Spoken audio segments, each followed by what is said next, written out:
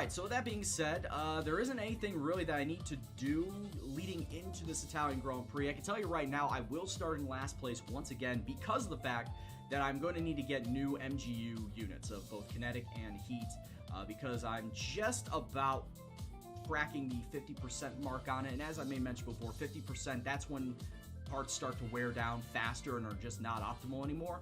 So I will be taking both new units here and starting from the rear at Monza. Obviously not ideal, but it has to be done. So let's get into the race weekend. I'm getting blown up right now.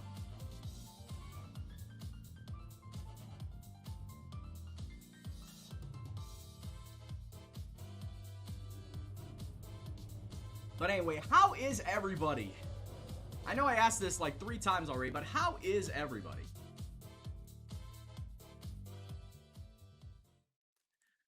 What's going on, TH? You should continue with Williams and improve. That's exactly what I'm going to do, TH. I'm not restarting anything. That's the whole point of this career. Try not to suck with Williams. I want to bring them from the bottom to as close to the top as I'm possibly going to get. I am not stopping this career. Alright, so hopefully that there is not going to be any rain in the forecast. It looks like it is only going to be partly cloudy. Solid. I see a little bit of rain in practice, but obviously I'm not going to touch that one. Oh, retirement announcement. Oh, who's retiring? Looks like Kimi Räikkönen is going to be retiring from the sport. We'll keep you posted if we hear anything further. So we got our first official retiree in this season, in this career mode, and it is Kimi, my father, Räikkönen. The Iceman leaveth. I wonder who's going to be brought in. Because I know I said before that I had turned off driver movements.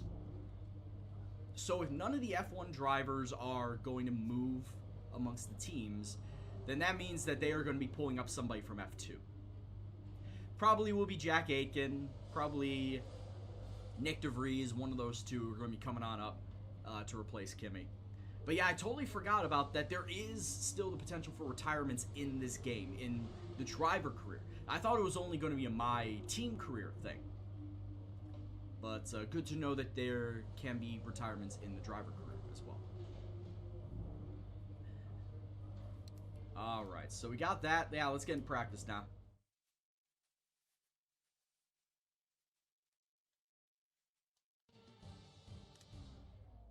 You know me, I'm just living day to day.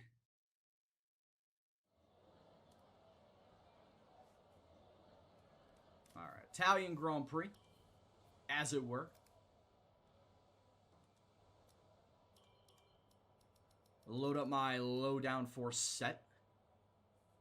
Which, if you're wondering what the low downforce set looks like, is a 1 for the front, it's a 3 for the rear.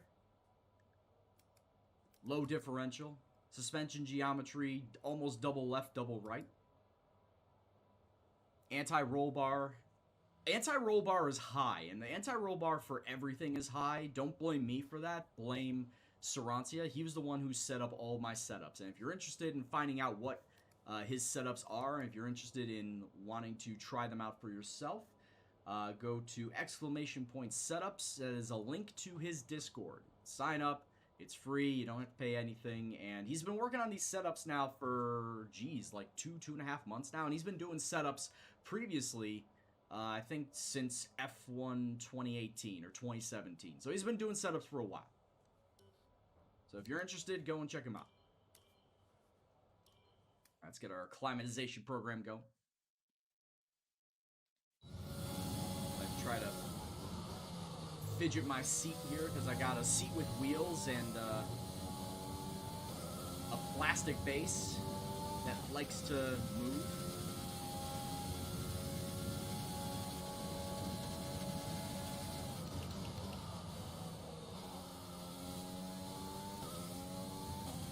God, I don't feel like I should be dropping a 4th there. No way, no how should I be dropping a 4th there. DRS open, overtake open. I'm going 213 miles an hour.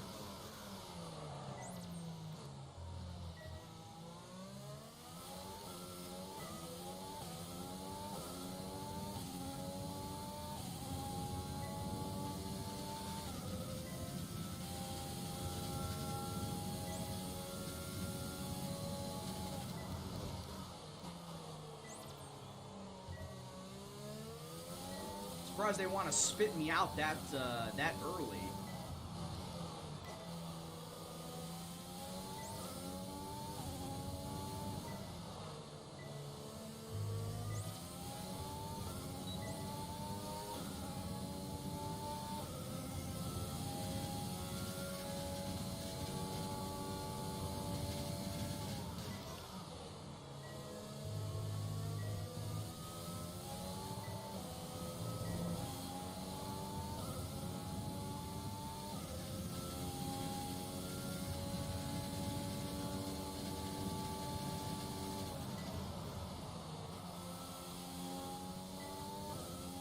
You'd think so, Wally, but I've tried these setups in not just the Williams, but of course the My Team career car. I've tried it with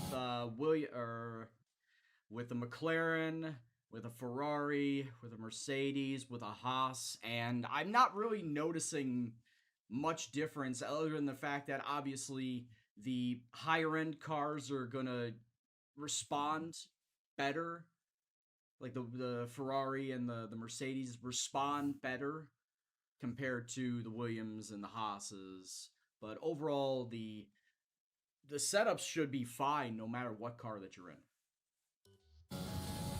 Legitimately, the setup should be fine, and it should be built out for use for on any car. Wow, what a fucking lockup that was.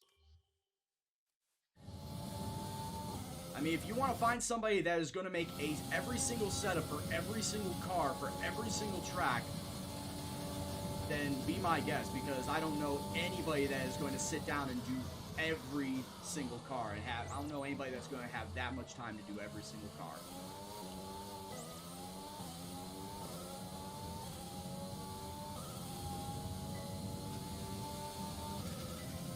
When I start streaming, oh man, there are several answers to that question. You have to be more specific. Streaming this game or streaming altogether.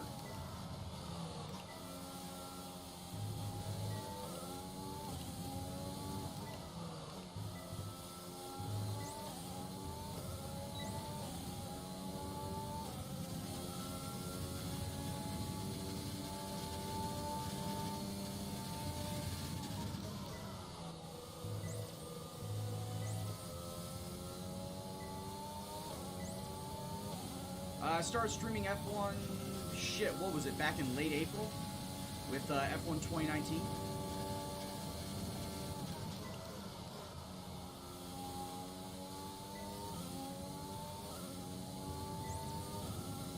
And that was like 2 weeks after I came back from a 7-month hiatus.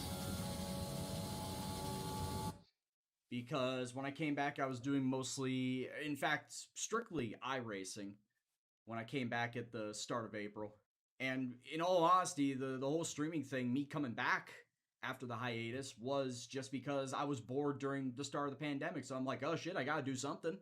If I'm going to be cooped up at home and I'm on furlough and I can't work, I might as well start streaming again. And because, of course, iRacing and my leagues were running wild at that time, I figured, okay, I might as well stream iRacing. And then it was during one of my streams of iRacing that someone in the chat said, oh, have you tried out F1 2019? And I'm like, you know what? I've looked at it, but I never really pulled the trigger on buying it. It was on sale at the time, so I figured I might as well pick it up and see what this game is about, see how well it works, see how well it handles. And within a week, I was hooked. So pretty much have not turned back on F1 since then. Though it would be nice to know what exactly the next game is going to be like if I'm going to be buying it or not. Because if they don't really improve upon this game going into 2021, then I don't know if there's a real need for me to buy it. But then again, but then again, I pretty much fell down this hole when I was doing Football Manager, where I was, because of the content, I almost was inclined and somewhat forced into buying a new game.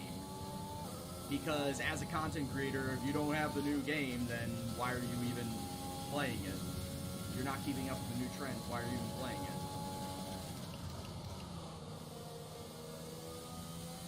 So that's why I kind of felt forced into getting every new Football Manager game when it came out, when I was doing YouTube, when I was doing Twitch for it back in the day.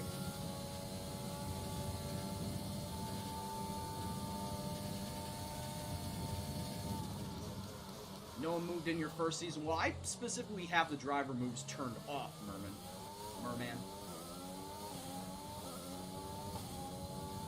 Because I wanted to make sure that every single driver stayed on their team, so that it's like I'm building up this team for Williams, and I want to compare it as the car gets better to make damn sure that everybody stays, and I want to get a constant comparison.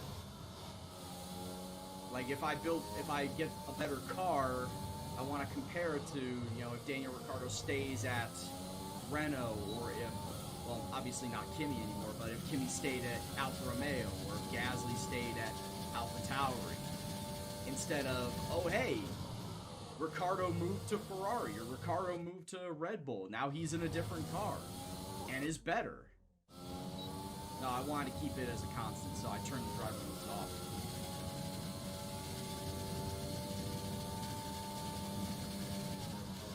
But no, before I even got into practice, we got an email saying that Kimi Räikkönen is retiring from this save. So I'm wondering who is going to replace him at the start of the second season, because obviously the drivers aren't going to move. Like, none of the other F1 drivers are moving teams. I already have that set. So I'm interested as to which F2 driver is going to come up and replace Kimi. It's either going to be Aitken or De Vries. Like, the easy money is either Aitken or De Vries, because right now they are the two highest rated F2 drivers in the game. So I'm thinking one of them is going to come up to replace Kimi.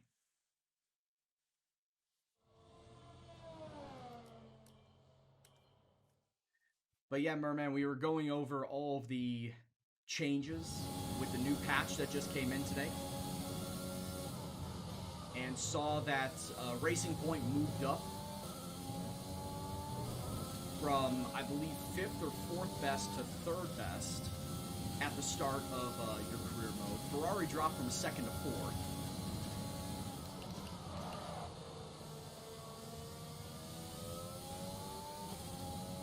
Alpha and Haas got worse. In fact, Alpha got so much worse that they are now starting lower than Haas.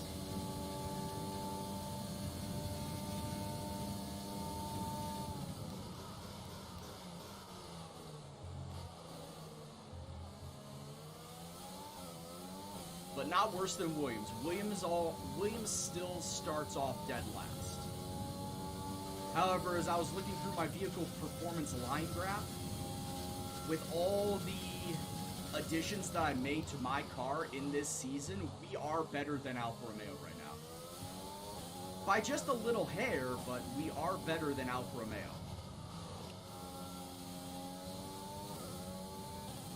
Now, what would that mean in the grand scheme on the grid? In the actual races, I don't know. All I know is that we are in a slightly better built-out car than Alfa Romeo is. And I mean, you should see it coming as to why they are taking a hit. It's because, of course, Ferrari makes their engine, same thing with Haas.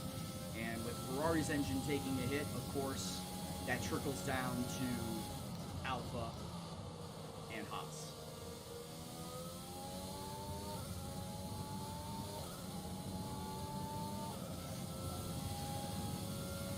Okay, test complete, and that was a very good job indeed. Alright, moving on. I know why you finished last in the last race. Why? It's because I have a slow car. Let's be honest, I have a slow car. There's no two ways to go about it, Tykesman.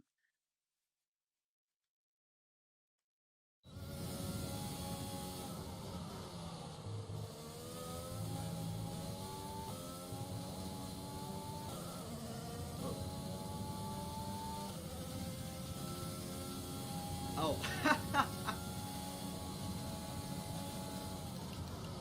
Well, there's always that superstition there, Tykesman. But don't worry about it. You know what, Tykesman? if it makes you feel any better, I fully expected to be finishing last well before Spa. I was expecting to finish last well before Spa.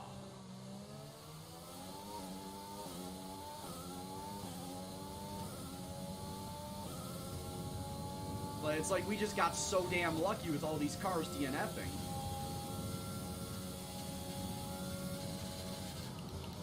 That it just never happened.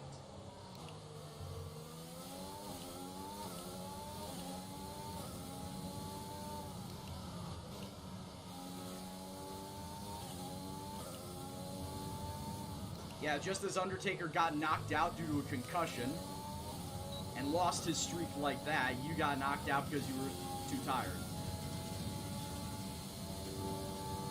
Insert Michael Cole. The streak is over. Soundbite.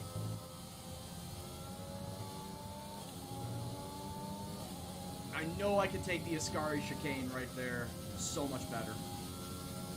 I know I can.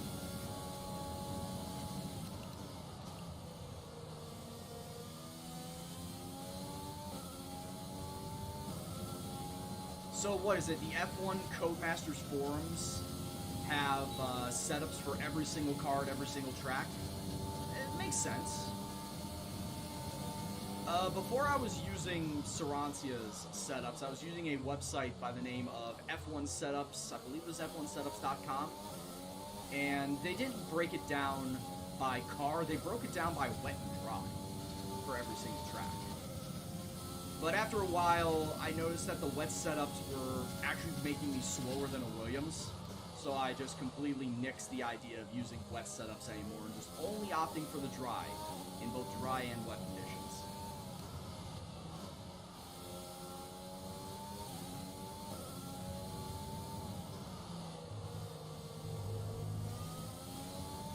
But honestly, those setups worked pretty well for a time, and then, like I said, I started using Sarancia's, and I noticeably was going faster.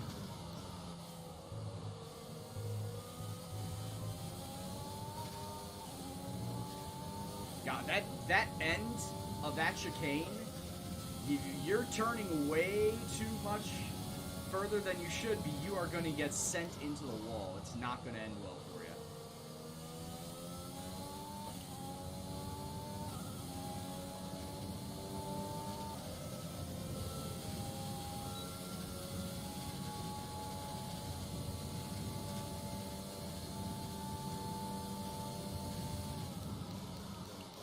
That's fair enough, Tykesman.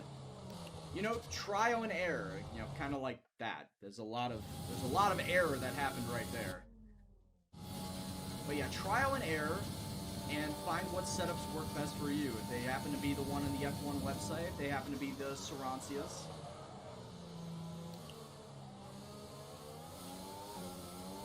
Use what works best for you in your driving style.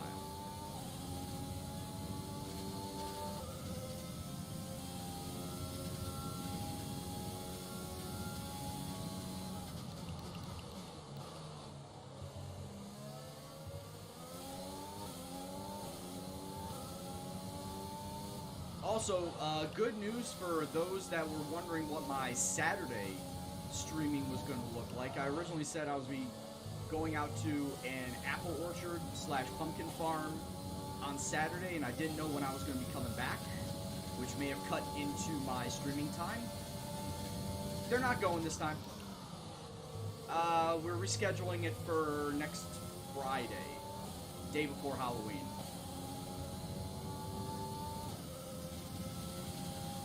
So Saturday I will be all good to go doing my tour truck race and, of course, the F1 race after it.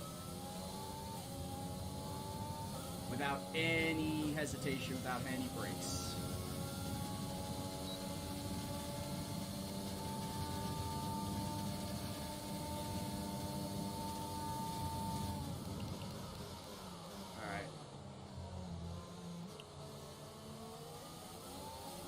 Good thing Norris is here. I can test racing behind somebody.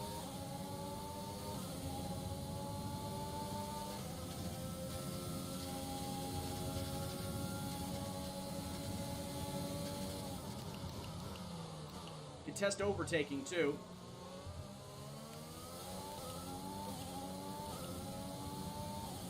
Yeah, that was a pretty sketch overtake, not gonna lie.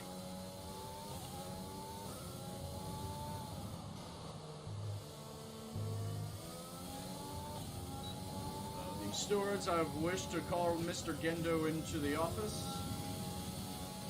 He is being deducted 5 grid points for illegal overtake in practice, causing damage to the McLaren wing.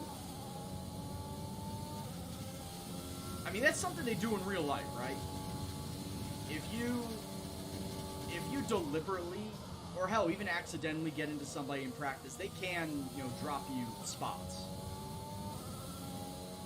Whether it's in practice or qualifying, correct? Because I think I've seen it happen.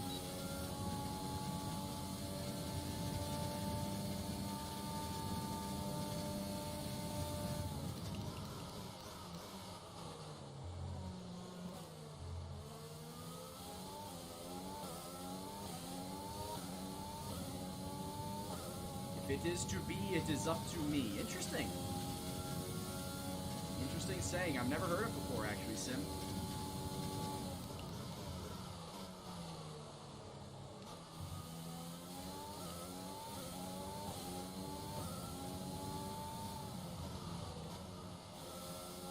Actually, speaking of real-life racing, hey, it's race week again, guys. Is it the full proper Portuguese Grand Prix, or are they calling it something else? It is, of course, going to be at Portimao.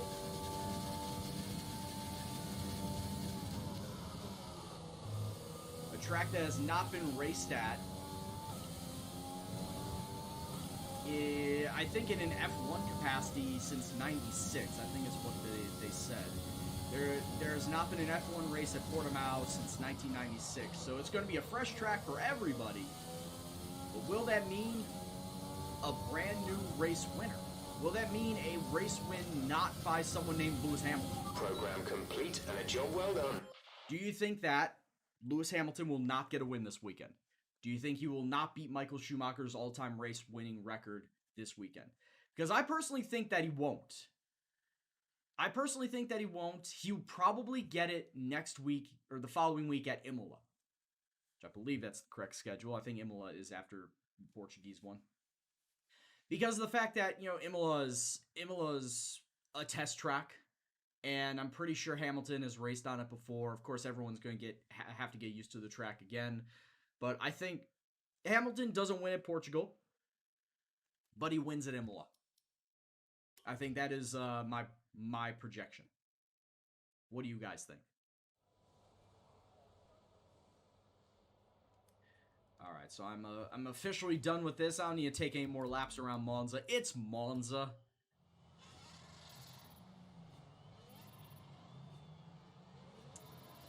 What did he reply with, Teixeira? And with all the cars now over the line, let's see our top three again. Bottas, Hamilton, and O'Brien. I was going to say, if anybody's going to be DNFing, it's going to be after this turn 1 chicane. It's going to be after this this front chicane here. I know people are going to die. Alright, let's bump this up to 95. For a change, also swap out my engine. Go for my race engine, or from my practice engine to my race engine. And as I may mention before, I am going to be getting brand new MGU, both K and H. I did just get a brand new turbocharger last race at Spa. I got this ICE 2 races ago.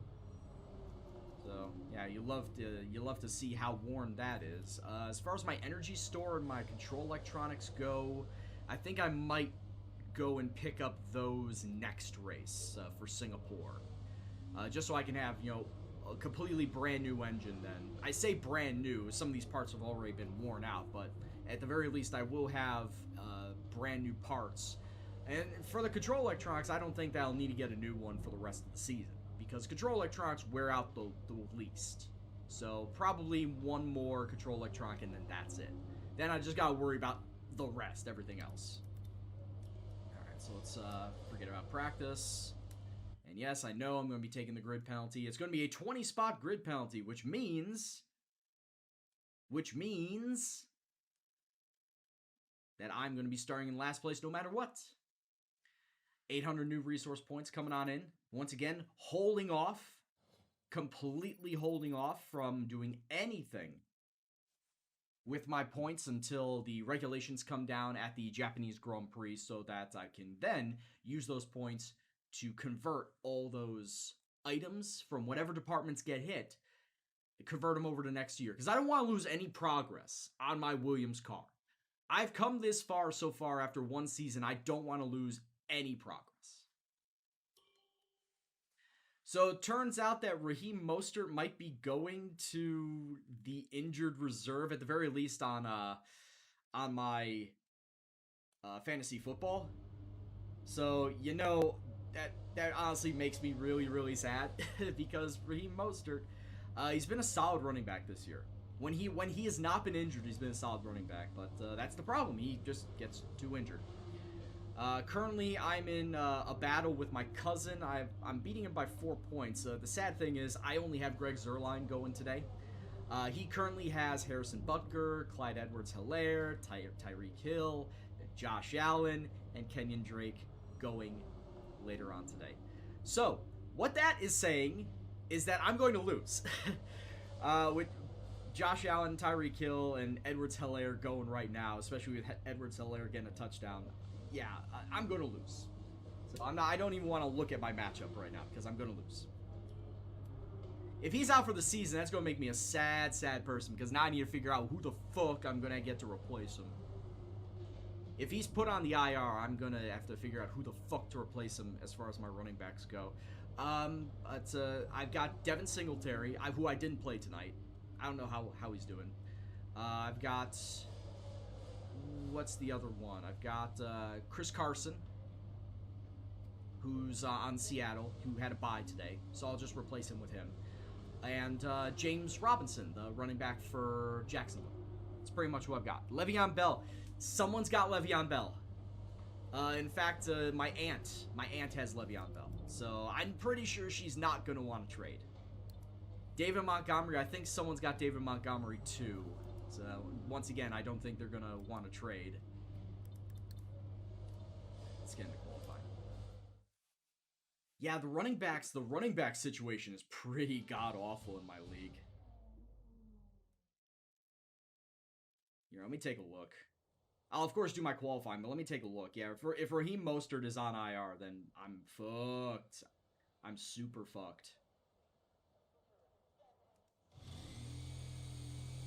The best running back available, Frank Gore. 37-year Frank Gore on the fucking Jets is the best running back available in my league. That tells you everything you need to know about my league.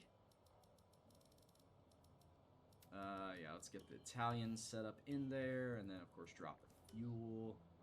That's bad. Yeah, I'm taking a look. So we got Frank Gore, Jamal Williams for Green Bay, Rex Burkhead of the Patriots, Naheem Hines of Indianapolis, Mark Breda, Duke Johnson,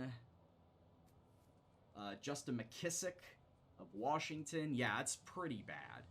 It's a very bad list. All right, so I'm just going to do one qualifying lap just to do it. What else we got here? Benny Snell, David Johnson of Houston, Cordarrelle Patterson.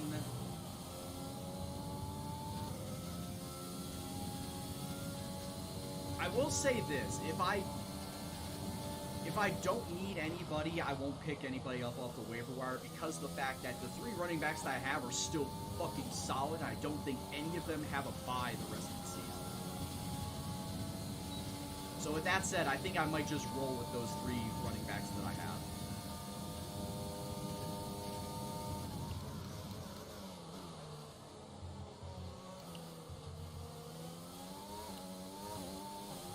George Russell seriously just put up the fastest lap early.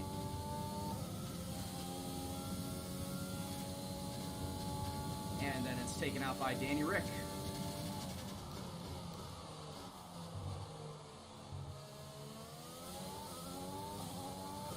Not bad for the secondary chicane there. Into the Lesmos.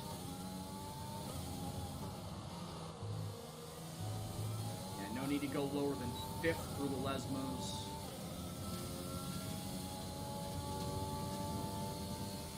No, I didn't see. What happened with Tua?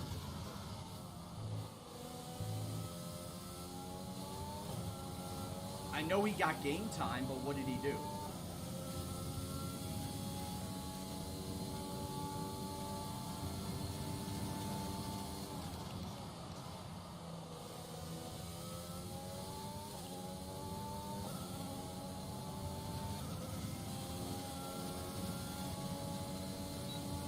$121.17.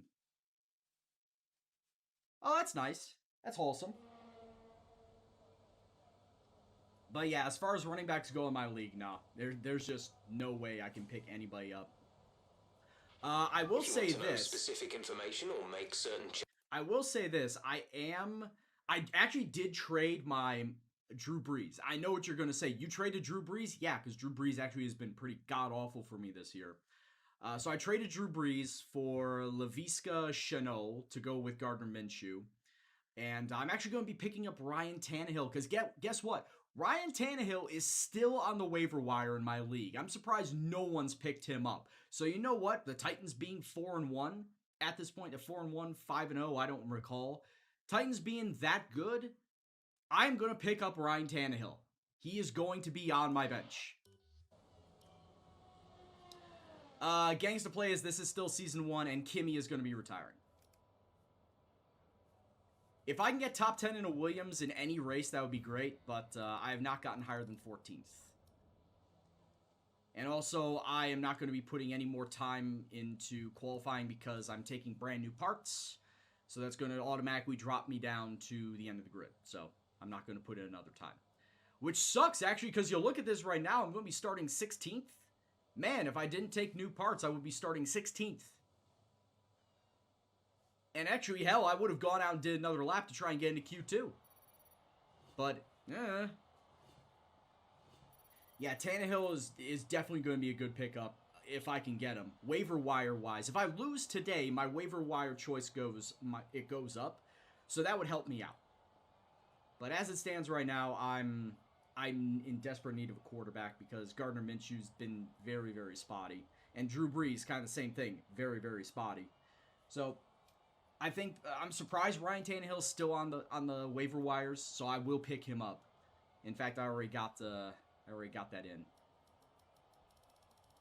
All right, who didn't make it aside from myself? Man, like I said, if I did not take anything, I would have gone out for a second lap to try and get into Q2. Because I've only gotten into Q2 once so far, gangsta. I've only gotten to Q2 once, which was the Dutch Grand Prix, and I also finished 14th there, which so far is the highest that I've finished. Both Haas boys didn't make it, and also Kimi Räikkönen in the Alpha didn't make it out of Q1 either. Yeah, Gardner doesn't have a good game or an easy game for a while, which is why I want to pick up Ryan. How do you feel these grid penalties are affecting the sport? I'm not going to comment. Are you happy with your performance today? No, we're not. What exactly was it you weren't happy about? We'll say power. So, as it stands right now, he's got the Chargers. Appreciate your time. Then a bye week. Hey, what's going on, Wong Turn? Thanks for stopping on by. I know I was able to catch a little bit of the end of your stream last night. Like I said, insomnia is a bitch. But yeah, I've got the Chargers. Jacksonville is going up against the Chargers. Then they've got a bye. Then it's Houston, Green Bay, Pittsburgh, Cleveland to end the regular season. No, sorry, week 13 is the end of the regular season. That's Minnesota. Yeah, in all honesty, Gardner doesn't really have good matchups. Like, for half of the rest of the season, he doesn't have good matchups. So it would be in my best interest to go after Ryan Tannehill. Speaking of, if we take a look at Ryan Tannehill... Sorry, I'm just going over... I'm going over my fantasy football for next week because I'm in... My family league is a pay league, so I'm trying to make moves. I'm trying to figure out moves for the future. So, Ryan Tannehill has Pittsburgh, Cincy, Chicago, Indianapolis, Baltimore week 11. Honestly, that week 11 match, I'm going to start Ryan Tannehill. If I pick him up, I'm going to start him the next 4 weeks up to Baltimore. Because I also have the Ravens defense on my team, so no use trying to have the Ravens defense and Ryan Tannehill fighting it out and killing each other for points and killing my team out. So we won't do that. Yeah, man. Ryan Tannehill looks pretty solid for the next 4 weeks, and I gotta hope that I get him.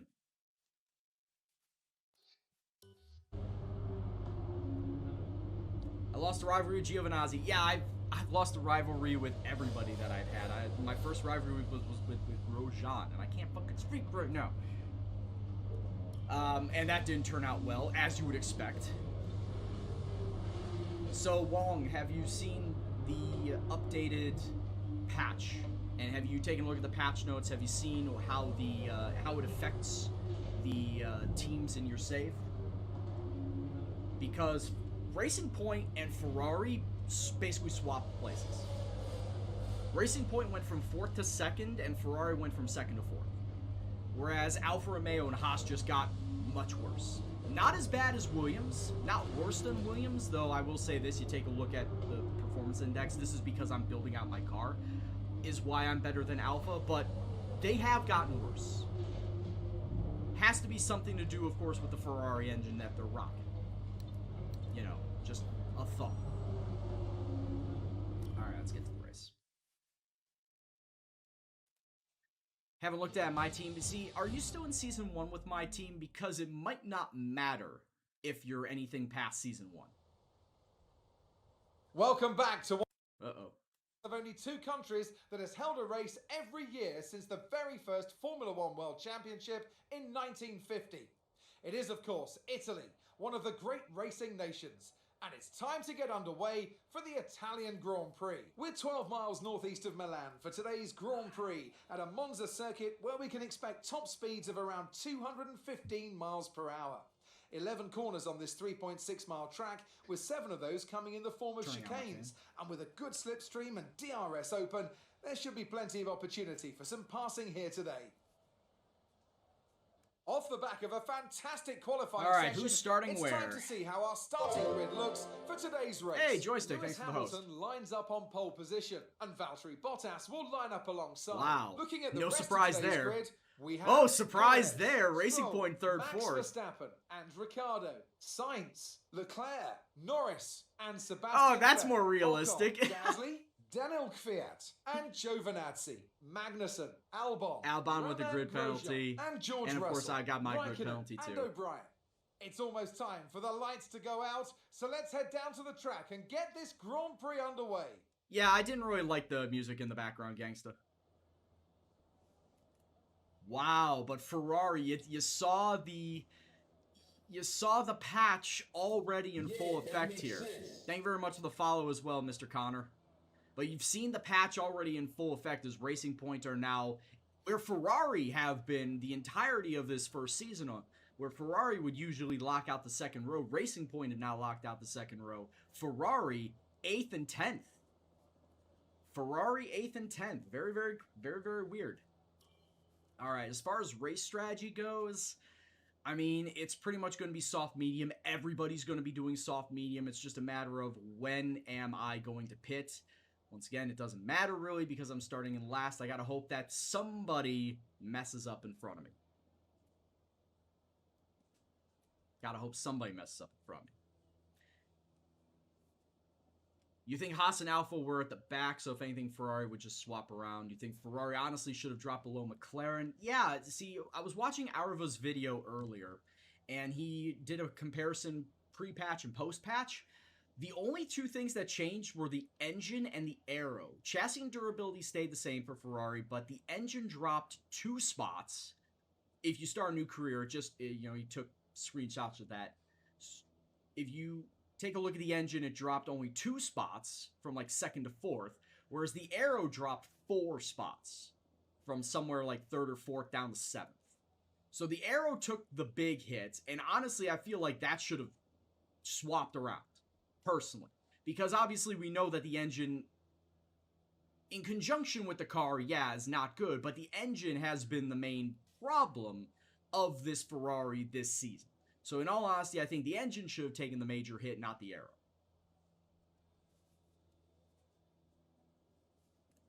So yeah, we're gonna go with this. We might as well just go with the personalized setting, even though it's only gonna drop me 5-6 seconds off my time. Go 12 seconds, or 12 seconds, 12 laps on the soft tires, and then 15 on the mediums, and hope that this car don't die. We gotta hope for other cars dying around me, but I gotta hope that this car doesn't die. So let's get Let's get. If I can actually speak, let's go get racing.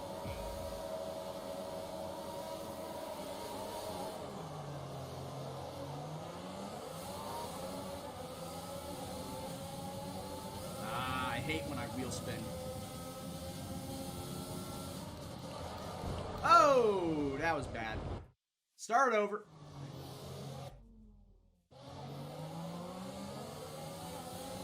Are we going to count that as a flashback used because I left the grid area?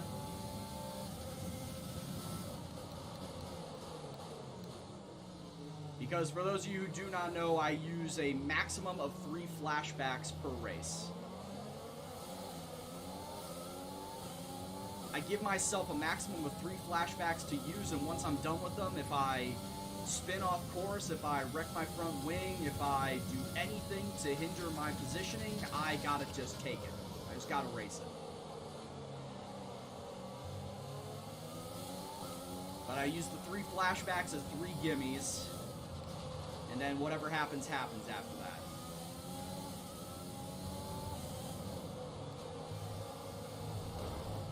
Yo, already. Wow, I was not expecting to have one right there. Oh yeah, gangsta, I was king of the flashbacks for a time. Well, unfortunately, that is one. Unfortunately, that does count as one.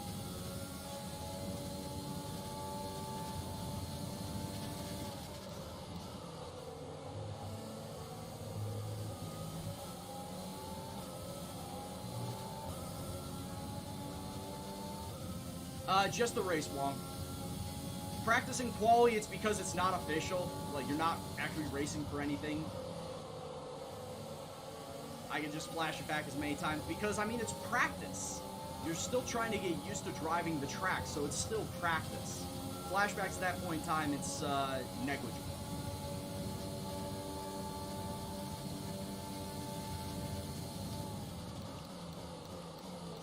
Hard lockup.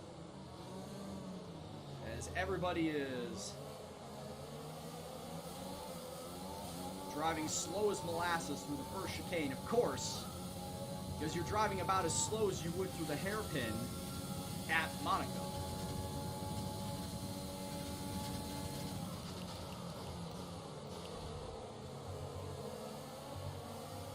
Yeah, if you want to take it for yourself, go ahead.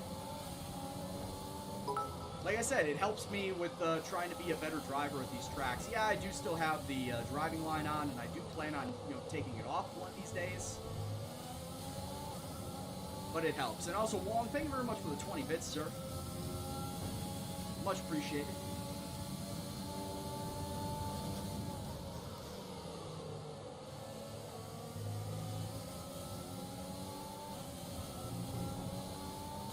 Your running backs have been on fire this weekend. Who you got, Tykesman?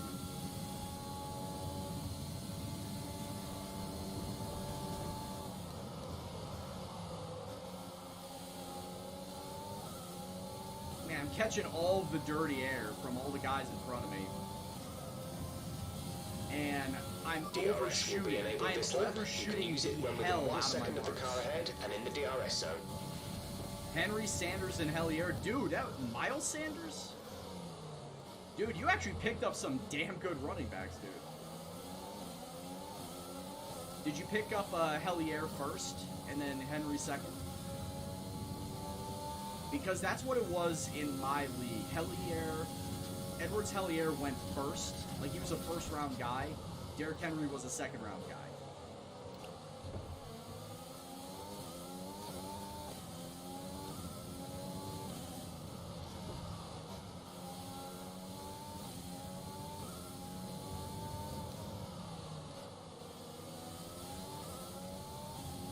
Use ERS out of corners. Like just a second or two of it.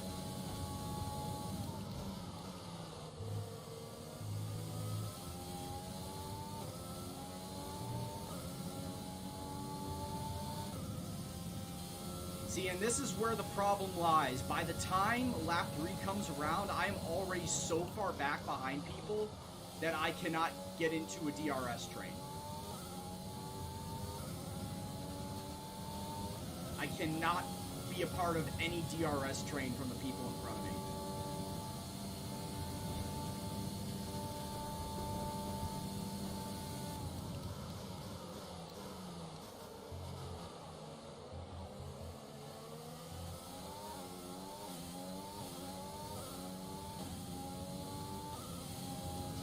Honestly, Gangsta, I never thought of it that way.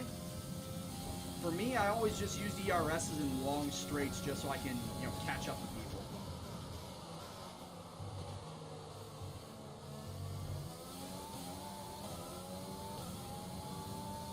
Never really thought to use it out of corners. That's right, also on starts, too.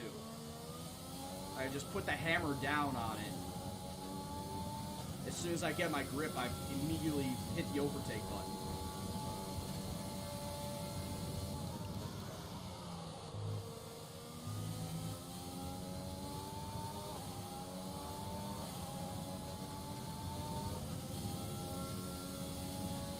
Am I constantly getting out qualified by him? Yes. I think the one time I didn't was the Dutch Grand Prix. Like I said, I made it into Q2. It's the only time I made it into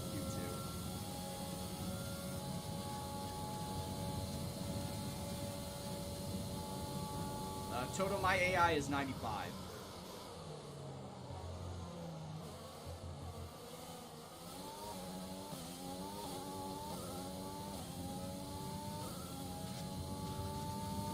And I still need to change the AI call for Nightbot. It still currently is set to diff, exclamation point diff, but I do plan on switching it. In fact, I might switch it after this race to exclamation point AI. You want to know assists I run? It's exclamation point assists. You want to know my setups? It's exclamation point setups. And if you want to know exactly what I have as far as commands, hey, exclamation point commands. It's right there. Thank you, Nightbot.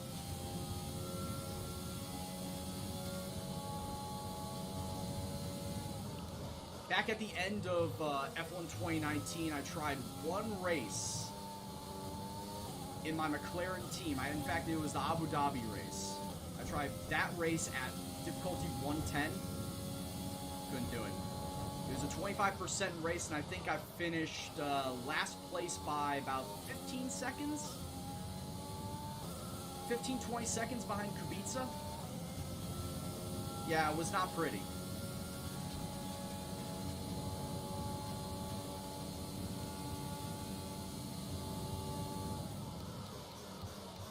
What season are you in, Gangsta?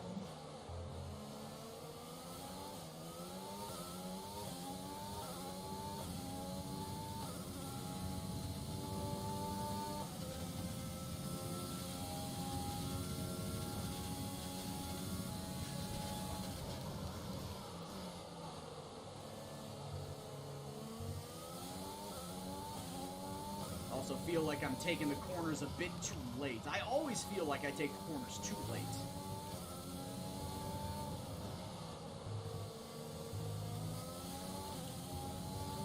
There we go. I'm starting to catch up to him.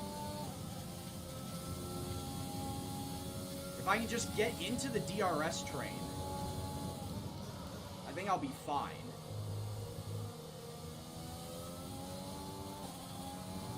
Alright, that's my first warning. It's not a race if I don't get a exceeding track limits warning. That is known as the Gendo staple.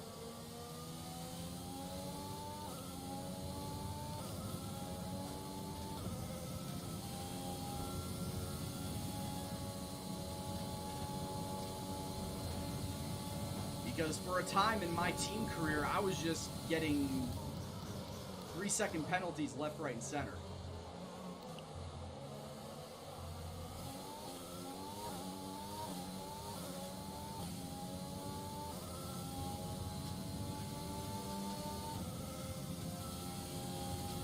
either accidentally.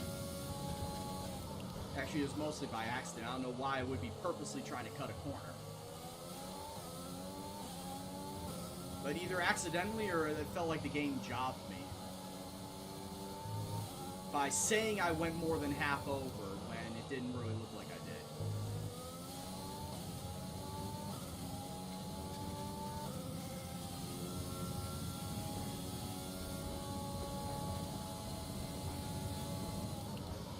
Like, is there a way that I can argue with the FIA stewards?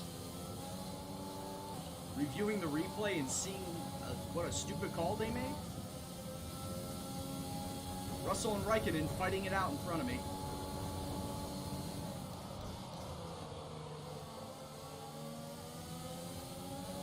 Raikkonen with a big lockup.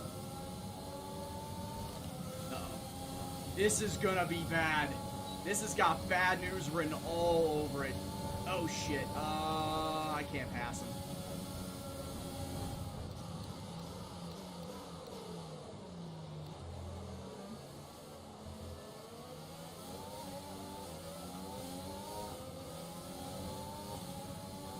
Man, what was that wheel spin bullshit?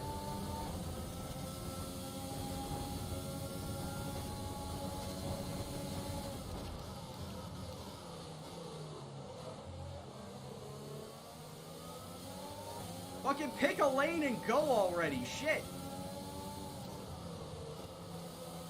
Come on, George.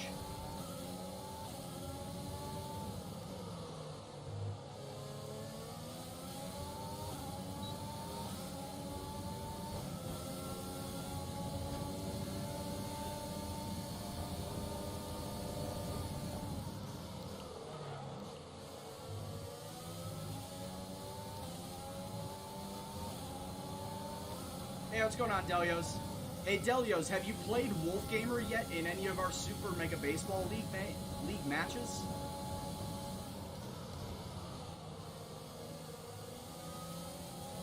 Also, Tykesman, overtake number 16. At least I think it's number 16. In this engine mode much longer, we're about a lap over target.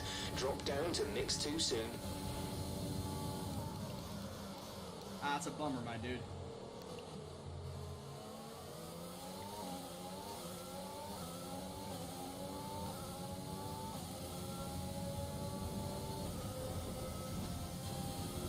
And honestly, I've only played 2 matches against him. I need to get back. I need to play a couple more against him.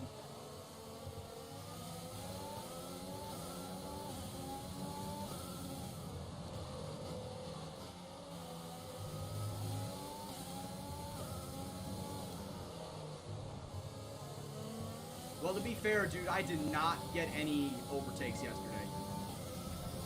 I legit did not get any overtakes. Yeah, what's going on, Connor?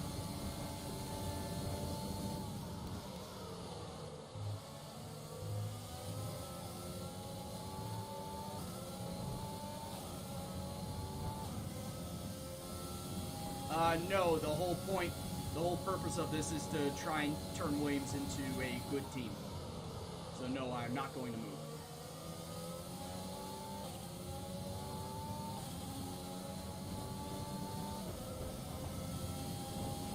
We're approaching the pit window. You'll be on the mediums. I'm pitting lap 12 as a reminder to you and to me.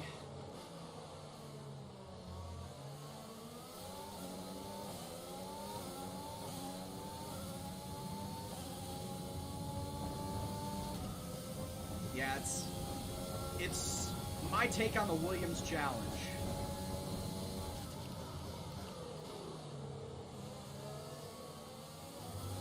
Oh shit! Well, that's a flashback. That's number 2.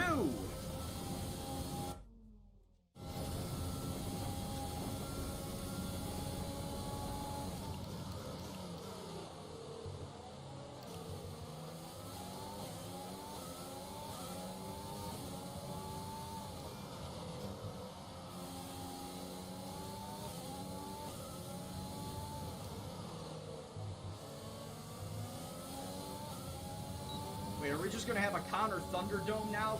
2 Connors enter, Be 1 careful, Connor we leaves. think you're going to start losing some tyre grip around now.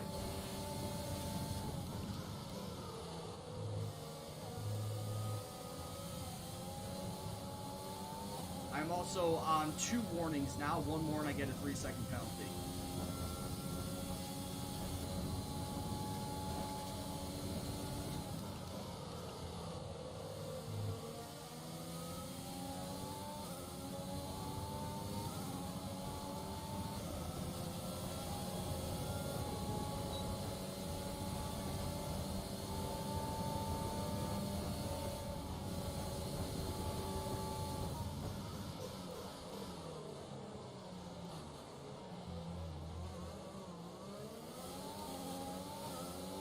Overtake 17.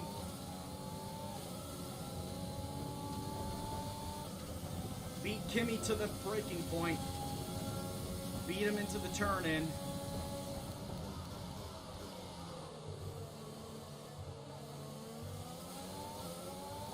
Yeah, at this point in time, I'm not really counting wins or anything. I'm counting overtakes.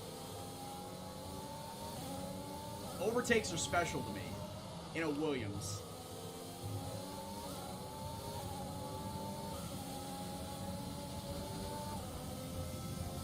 Oh yeah, it's definitely going to have them really high on not just George, but the Alphas and the Haas's, potentially.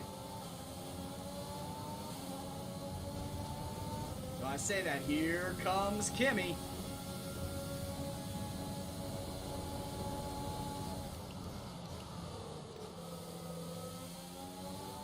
I don't know if Kimmy is going to pit this time or not. He is. He is. Like I said, I'm pitting this lap. Push hard on the in-lap. on this lap. George boxing this time. George is coming in for his stop. Meanwhile, I got Sergio looking down. Rear of my exhaust port right there.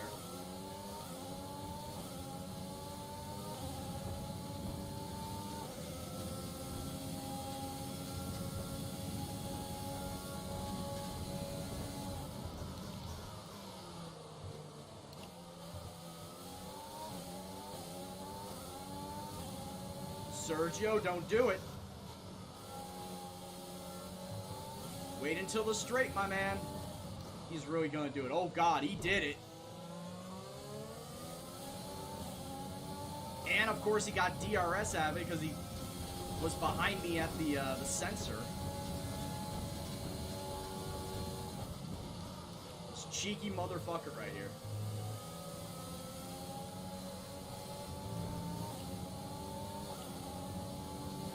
And here comes Carlos.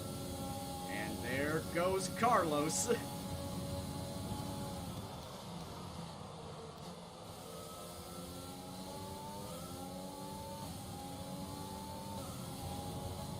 Coming in hot.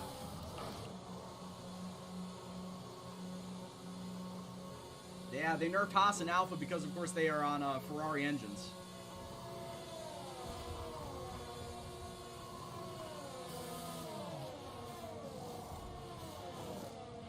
Release. Please don't put me in last. Ooh, Giovinazzi and Magnussen are on hard tires? What? Okay, I should be able to pass them easily.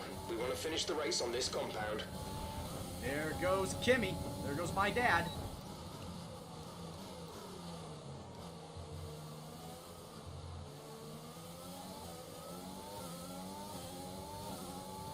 But seriously, Magnussen and somebody else I saw was on hard tires. Like, really?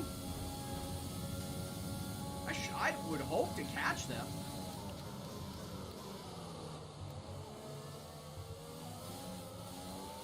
Sainz is out of the session. I'm not going to finish last. Like the problem is terminal. They're retiring the car. Why couldn't this have happened at fucking Belgium, man? Caution. Be aware, there's an incident in the next part of the track. Yeah, cough and no please overtaking for through the yellow Carlos flags. Sainz. Man, why couldn't that have happened at Green Belgium flag. so I could not have finished in last place there?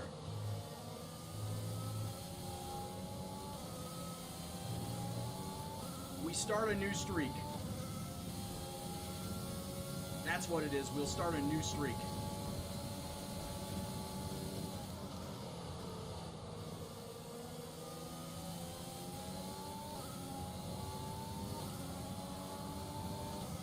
Oh, Charles is coming into pit. Probably because he got hit. He probably got hit by him.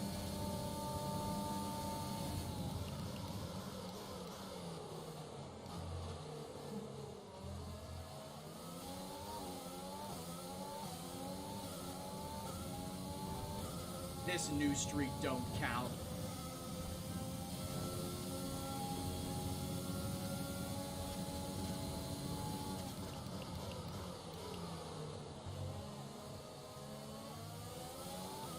This guy thinking he's the keeper of the streak.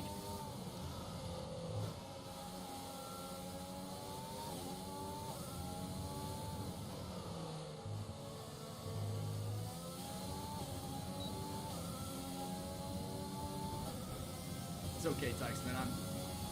We'll be fine with it. I'm okay with it.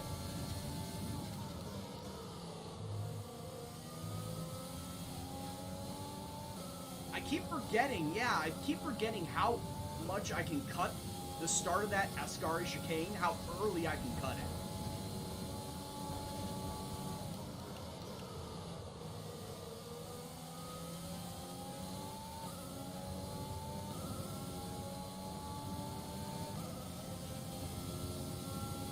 I didn't know this stream was sponsored by WWE. Shit.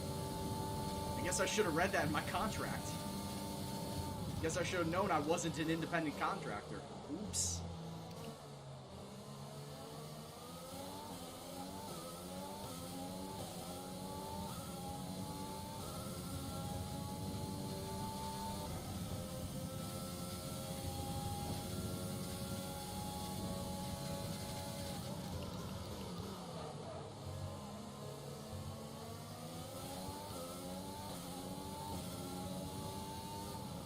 Alright, sure, I'll give you the 20 bits that Wong Some just gave information me. on Giovinazzi. They have an issue with their car. They're going to be slow. I mean, yeah, it's called they're driving an Alfa Romeo. That's why they're slow. Giovinazzi's got a problem. Yes, he drives for Alfa.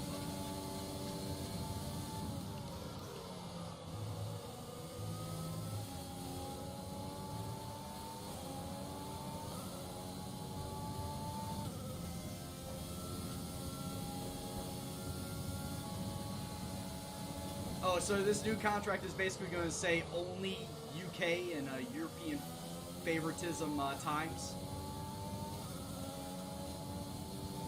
None of this late night bollocks that I'm sure you are still struggling to stay awake for. Yeah, Giovinazzi is also on fucking hard tires. He's got to be slowing up severely. Hey, what's going on, Wolf? Hey, Wolf, go yell at Delios to start playing some Super Mega Baseball. In fact, I might play a couple of games after I'm done streaming. So we can continue this league that just set up, but we haven't really done anything with.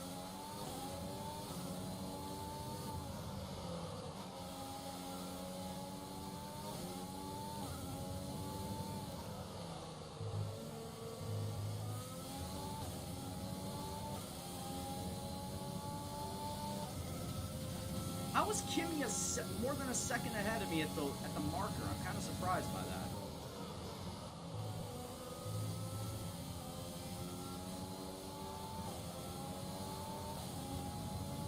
Oh, you got a new PC. Do tell, Wolfgamer. Do tell.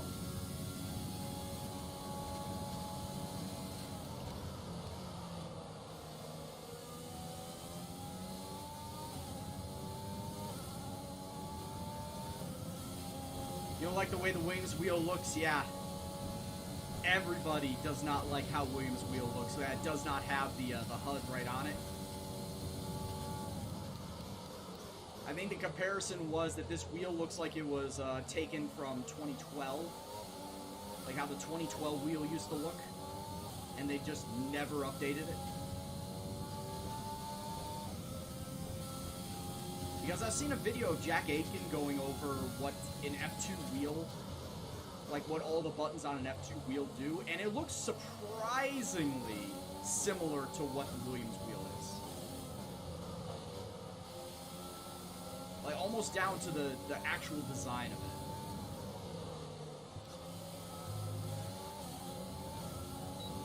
So is Williams using some outdated F2 bullshit? I don't know. Maybe.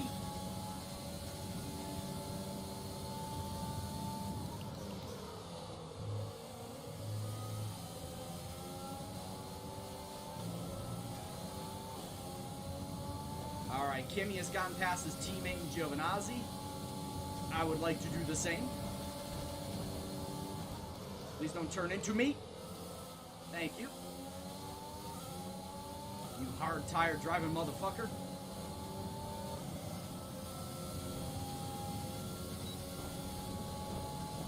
Alright, time to get back to fighting with my father. Come back here, Kimmy.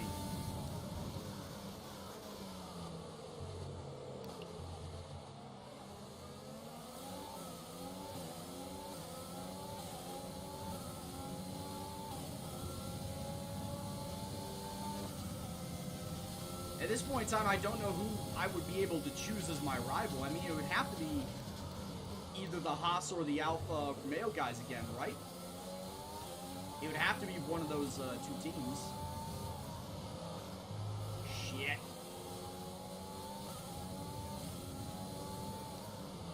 Well, I have one big assist on, as you can see, which is the driving line, but no traction, no stability, no ABS. Corner cutting is set to strict.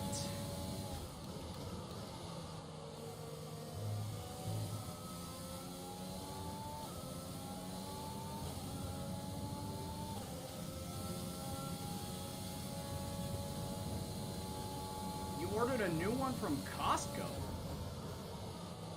Didn't know that you could do something like that. Unless Costco out in Pacific Northwest is different than what Costco is here. Is it still like that supply chain? Like buy in bulk store? Because Costco here in the Midwest is more so groceries, like Sam's Club or something like that. Or Albertsons.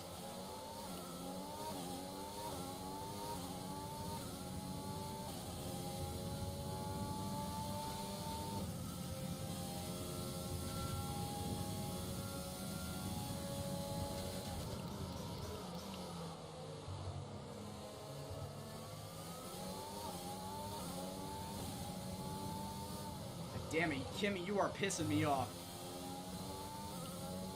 Not going to get DRS here either.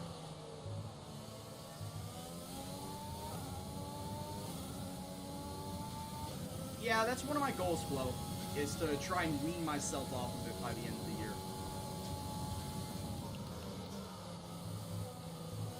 The whole reason I had it on in the first place was half these tracks when I first started playing the game, I had no idea how to drive.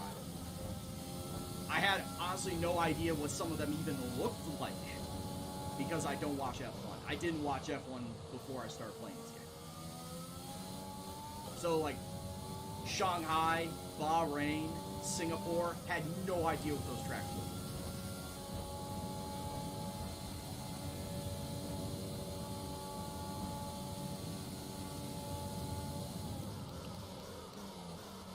Ah, I broke way too late. God damn it.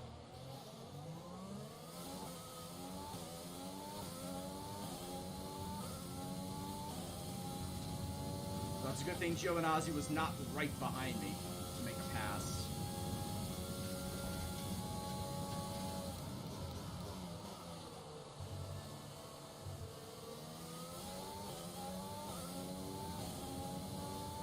Yeah, I did not know online they offer electronics and a computer building section.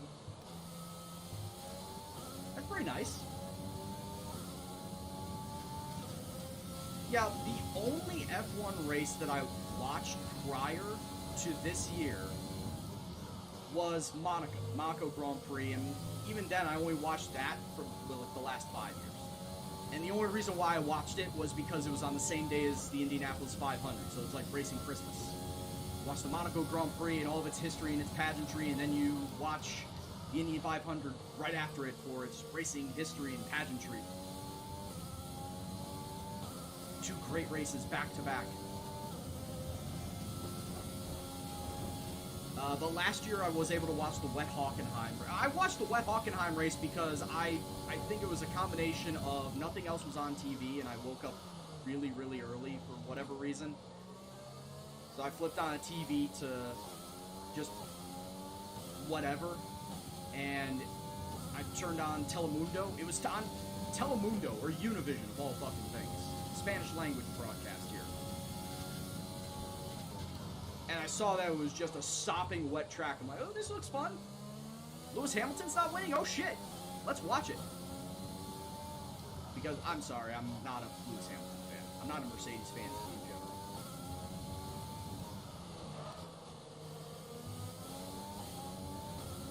I'm a fan of Kimi Räikkönen. And if I was a fan of a team, I would say Ferrari. But I don't watch enough F1 to really set my backing behind anybody. One team or one person. I will say this, after the Drive to Survive Netflix series, which I watched after I started playing this game, I am fully putting my fandom into the Daniel Ricciardo ship. Because Daniel Ricciardo, based off of Drive to Survive, is some dude that you would just have the best time hanging out. Going down to a pub, grabbing a pint, shooting the shit, having a good time. He's a very affable, very generally fun-loving guy. And honestly, with him moving to McLaren next year, him and Lando are probably going to be the best driver pairing in the paddock. I would not be surprised if they started playing practical jokes on each other. Would not surprise me in the slightest. I'll take a look at your specs in a bit, but that actually looks pretty good. I saw the GeForce. I saw the GeForce one, the 2060. That's not a bad card at all. Oh shit, Giovinazzi's... It's the revenge of Giovinazzi. He's coming up on me. You know what, I'll let him pass. Laps of fuel remaining. I will let him pass for now.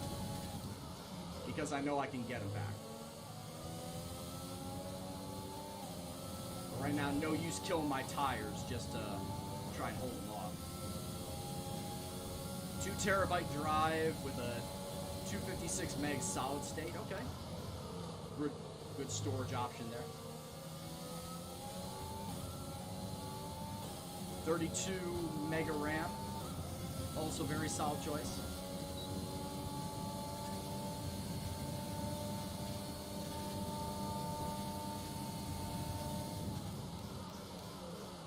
Yes, Moretsu. It's driver career.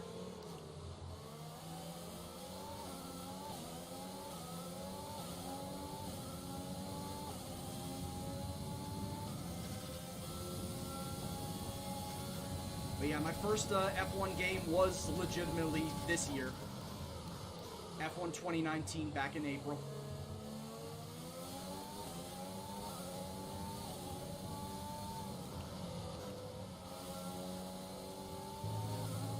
You got a good computer at a really good price.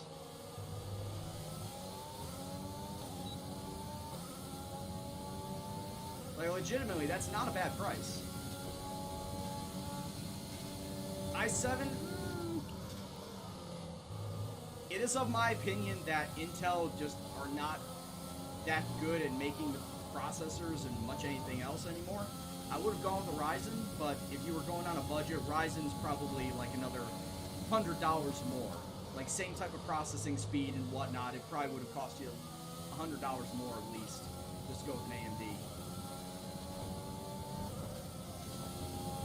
But in my opinion, it's worth it.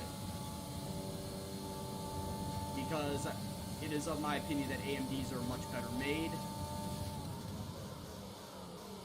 Much better quality, power. And honestly can do much better than Intel. Brand loyalty, I got you.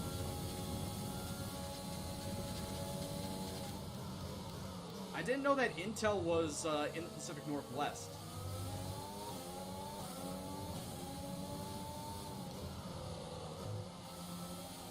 I didn't know it started in the Pacific Northwest.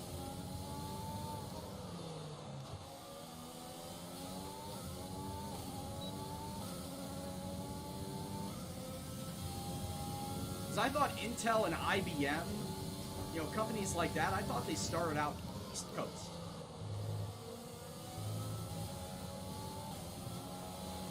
You've been awarded a time penalty for that last incident. Well, no shit, I didn't know that.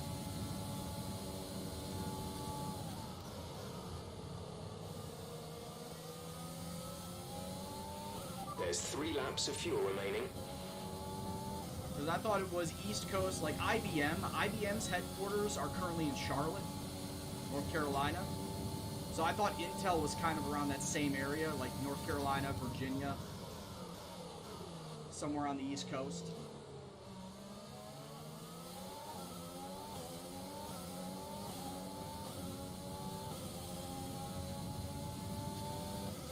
Oh, its current headquarters are out there. Okay. I mean, it's quite possible that it started on the West Coast too.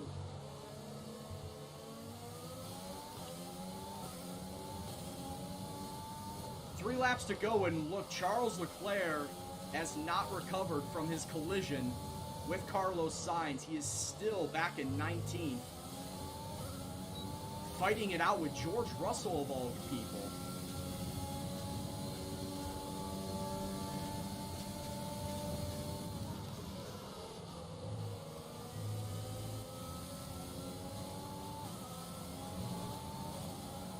You know how I said, oh, I was going to let Giovinazzi go through because I can catch up to him?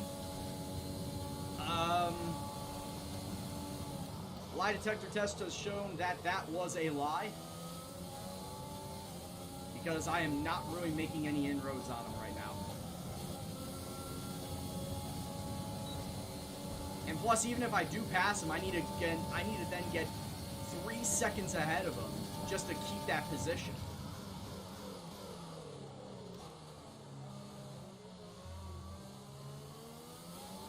So, I mean, yeah, I'm overtaking him here, but now I need, in 2 laps' time, get 3 seconds clear of him in order to say that I finished 16th.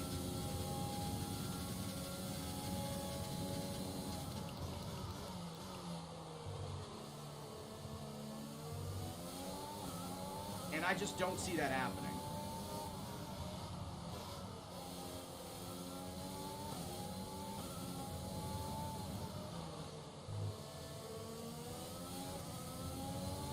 Honestly, yeah, Gangsta, that was a really helpful tip.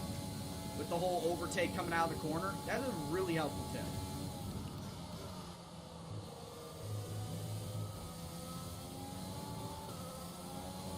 Oh no, I got another warning. Good thing it doesn't matter because I need to get 2 more for it to matter.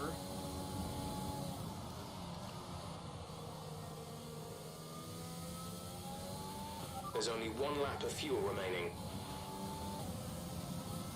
Yeah, as right now I'm 1 second clear of Giovinazzi. I'm not going to get another 2 seconds in this final lap.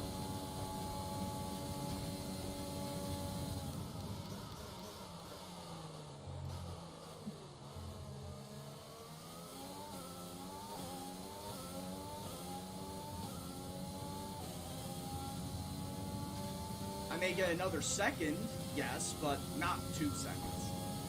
Hamilton has won this race.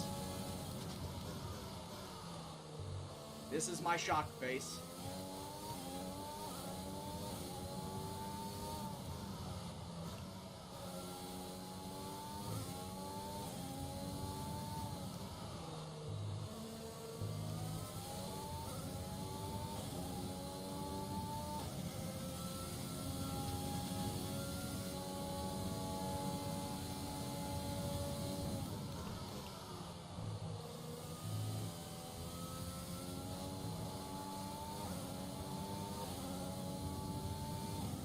So yeah, it was Giovinazzi and it was Magnussen that also had the hard tires. I'm kind of surprised seeing Magnussen still up there with his hard tires. They didn't fall back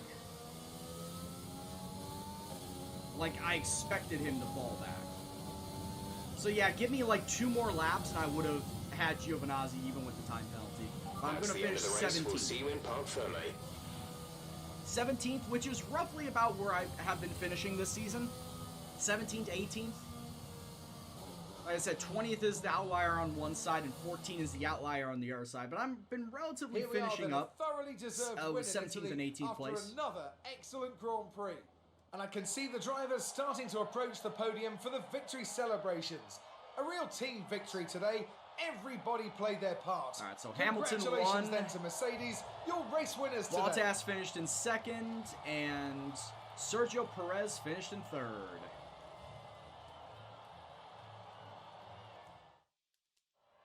Let's take a look at the final grid down. 3 Mercedes on the podium. Yep. Expect to see a lot of this, Stelios. Expect to see a lot of it. And after this round of the World Championship, so there you go. Mercedes, and Pink Mercedes on the podium. Verstappen finishing in 4th. Ocon in 5th. Norris, Stroll, Albon, Kvyat, Gasly is your top 10. And then you got Ricciardo, Vettel.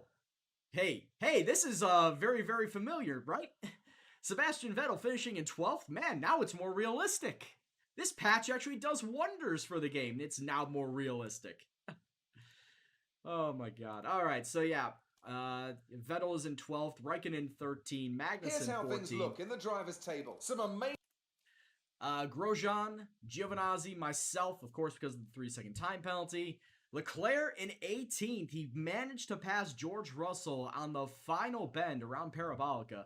So Leclerc does not finish in 19th. George Russell does.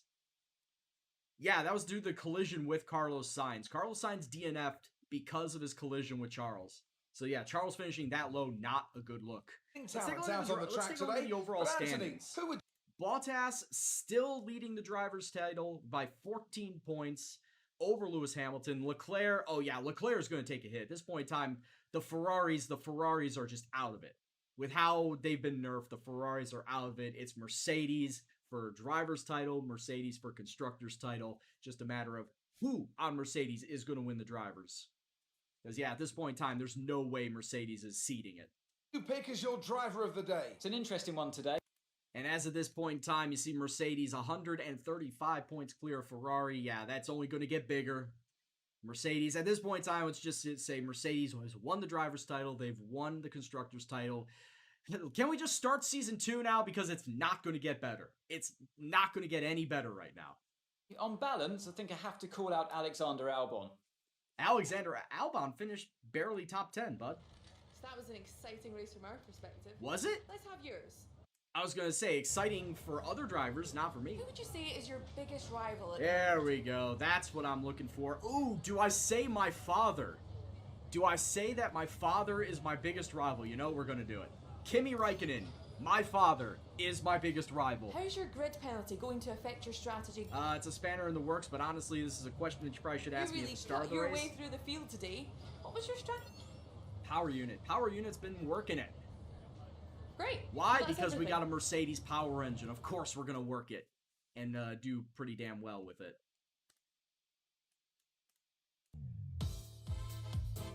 Alright, with that being said, let's take a look and see anything that I've gotten from this race. Driver acclaim. We got a little bit of driver acclaim. Not a lot, but a little. We're there.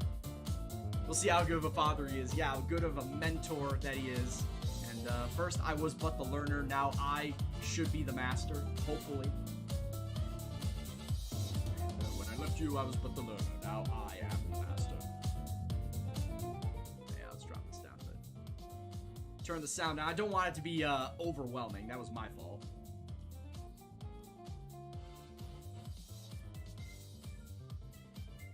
Will he let you win to give me confidence? I mean, that would be great. I don't expect him to. But also because it's Alfa Romeo, and Alfa Romeo at this point in time does have the worst car in the grid. Maybe. We'll have to wait and see. Yeah, take a look. Alfa Romeo at this point in time, worst car on the grid. You hate to see it, but if you're a fan of Williams, you absolutely love to see it. Yeah, we're all above 500 as far as performance goes. But as I may mention, for those that did not see the intro to the stream today and does not know what exactly happened, there's been some balance patching for Racing Point, Ferrari, Haas, and Alfa Romeo. As you can clearly see from the line graphs here, everybody moved around. Racing Point moved up, Ferrari moved down. Same thing with Haas and Alfa Romeo. In fact, Haas and Alfa start just barely above Williams now. Instead of like close to 400, they're now just barely above Williams on this bar graph. So it does give us a little bit of hope that we can start passing teams. And like I said, we're already above Alfa Romeo. That helps. But yeah, like I said, Racing Point started third now. Now that Ferrari dropped down and started, it looks like he started either 4th or 5th, did Ferrari. And Racing Point now 2nd on the grid and Ferrari 4th on the grid. So overall, you don't think that would matter too much because Ferrari should still be getting top 10s. Well, first race after the balance patch, Ferrari didn't even crack a top 10. I know what you're going to say. Oh, it's exactly how it is in real life. That's all fine and dandy, but I still expect them to be getting top 10s from this point on. So don't worry about that. R&D stuff, what's that say? 9th and 11th? Yeah, we should be getting that in before the Singapore Grand Prix. Crossing fingers that we get that in before the Singapore Grand Prix. Alright, at this point in time, yeah, let me swap down to my practice engine stuff. Don't want to overuse my stuff. And like I said, from Singapore, I'm going to get a new energy store and I'm going to get a new control electronics. So we will have brand new, quote unquote, brand new parts. Yeah, we'll just do that. So yeah, at this point in time, there isn't really anything else I can look at. We already went through the driver standings, season results. Don't really need to worry about that. Rivals, Kimi, my guy. And we won't be worrying about a new driver contract until the end of the season. So if you're worrying about that, you don't need to. Is there any... Oh, yeah, that's right. I wanted to see... Is there any way I could see, like, overtakes? Do they count overtakes? No, they don't. Driver's title, constructor's title, pole position, points, wins, podiums, average finish, miles driven, laps driven, fastest laps. No overtakes. That sucks. That they don't count overtakes. So that I won't have to keep talking to Teichmann and say, hey bud, can you tell me what overtake I'm on? But this is what George Russell is at this point in time. He's got a $5 million salary, and I mean, you take a look at him, 84 rating, not bad. Pace of 89, awareness of 90, racecraft of 76, and experience of 66. So overall, he's not a bad driver.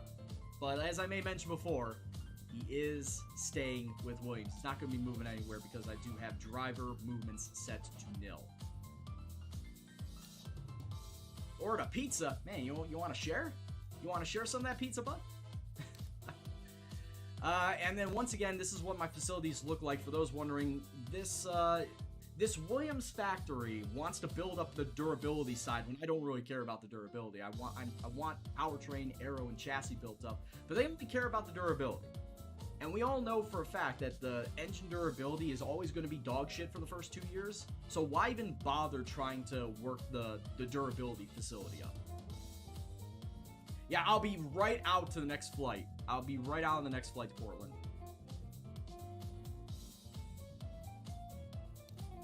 Alright, so we don't need to worry about that. Let's hope that these...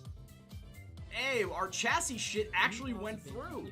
How about that? Our chassis R&D actually went through. And now we are officially better than Haas on the grid by a very small margin, but we are officially ahead of Haas on the development performance comparison. Hell yeah. You love to see it. And I got all these 3 things open.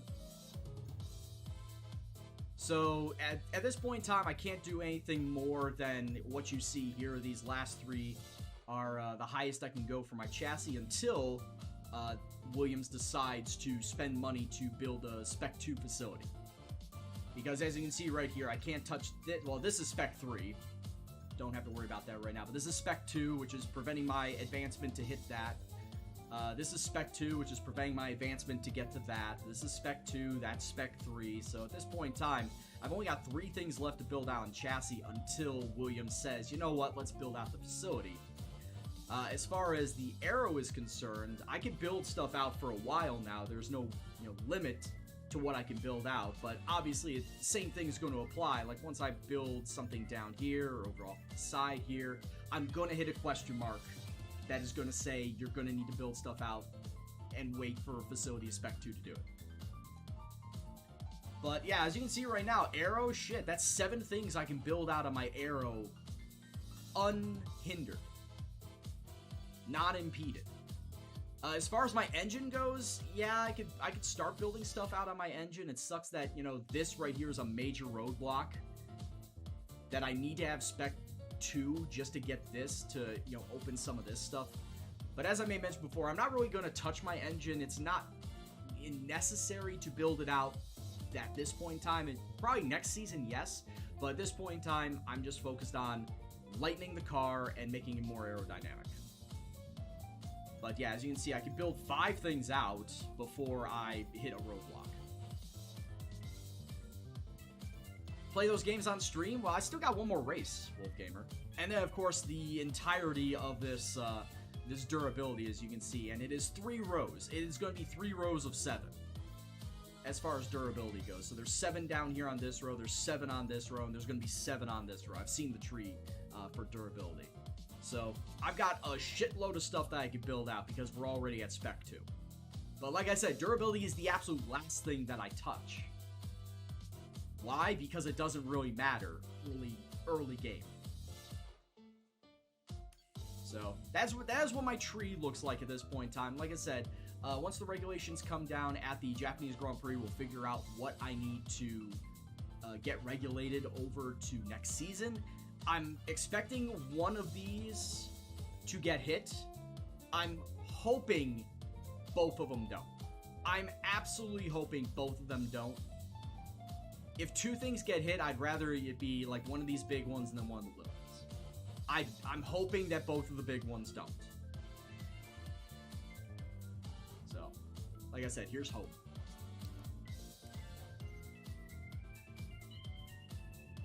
But yeah, we got the Singapore Grand Prix coming up, and it's going to be just laying it out there. As I said before, we're going to start in the back because I'm taking 2 new parts for my engine just because we need to get a brand new engine. And hopefully, by the time Japan comes around, or even the US Grand Prix, we won't have to worry about getting a brand new engine. In fact, at the US Grand Prix, since the AI is an absolute shithead at that track, and that's one of the last tracks that the AI is a shithead at before the end of the season, I probably am going to just say F it, get a whole brand new engine. A whole brand new engine at the US Grand Prix. Top to bottom, brand new parts, and then just drive that the rest of the way.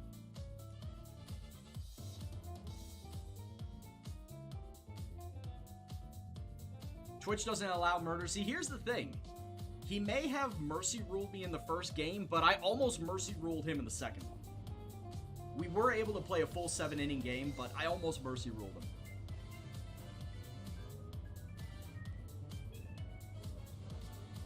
Weather forecast is going to be partly cloudy for the evening, so it's not that worry about it. Oh. Hold on a second.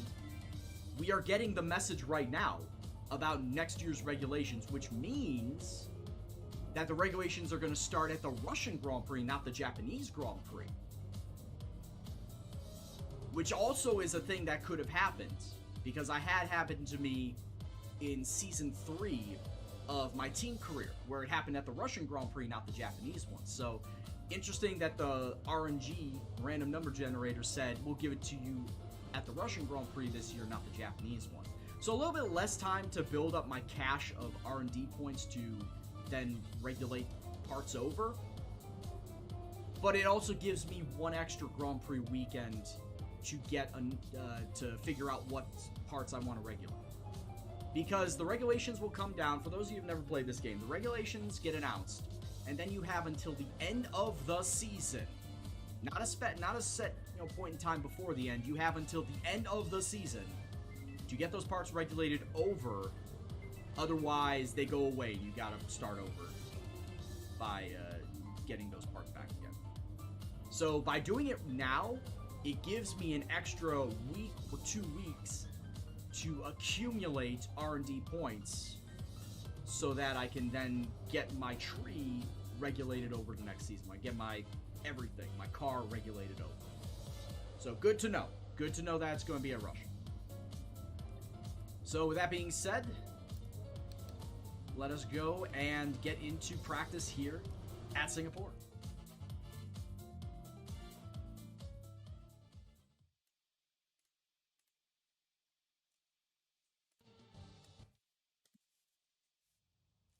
Ooh, it's a very cloudy day here at Singapore, but fortunately it's not going to rain during the race. That's the one thing I am happy about. I've had a chat with Carl about the new parts, and we're happy that they've been integrated into the car okay. With any luck, you'll be able to feel the improvement, so give them a try. That is the one thing I am happy about, is that we don't have to worry about any rain during the actual race. Looks like it's going to rain here in practice, to be honest with you.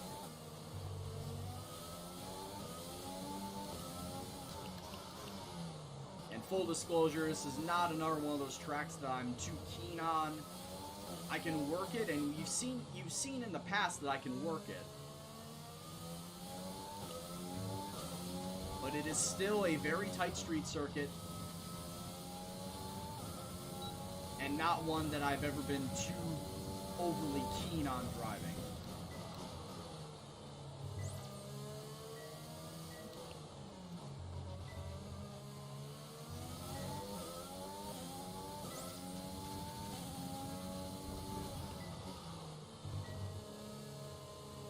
Damn it. Start that bad boy.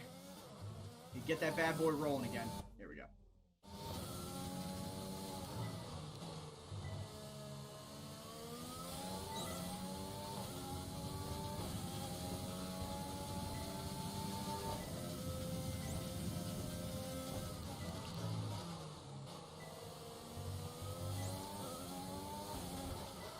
Singapore is another one of those tracks where if I overdrive and turn too late into the corner, I am not going to make that corner. I'm going to lose all my speed.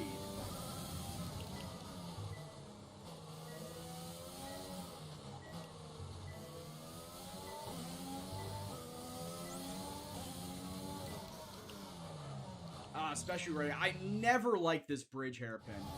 I've actually done decently at the bridge hairpin recently, but I still am not a fan of it.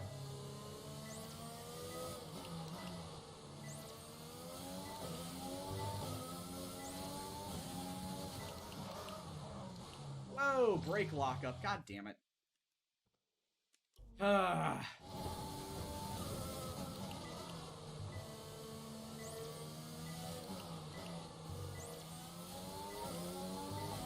Braking and turning, it's not a good combo, kids. As I may mention before, braking and turning. Easiest way to kill your tires, you know, flat spotting your tires. If you're doing tire management, it immediately drops it down to the red.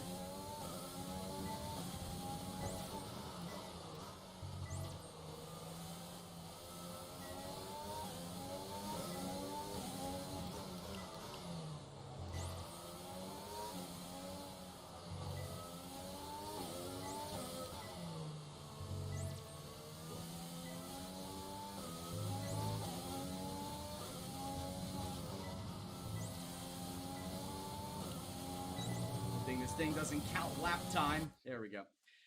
Do you have anyone in the last game of the weekend? Yeah, Zerline, but like I said, I'm already losing this week. I don't really care about the matchup because I've already lost this week.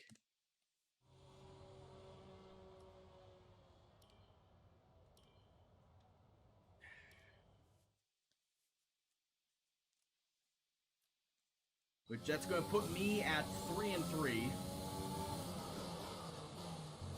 Nah, I'm good, Tykesman. Thanks, though.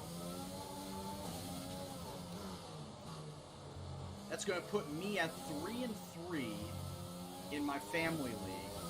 Which, get this, after this week, 6 out of the 10 teams are going to be 3-3 in my family league.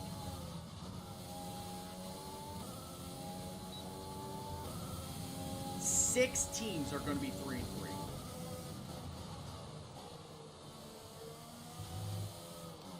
Like, it's been a very, very spotty league.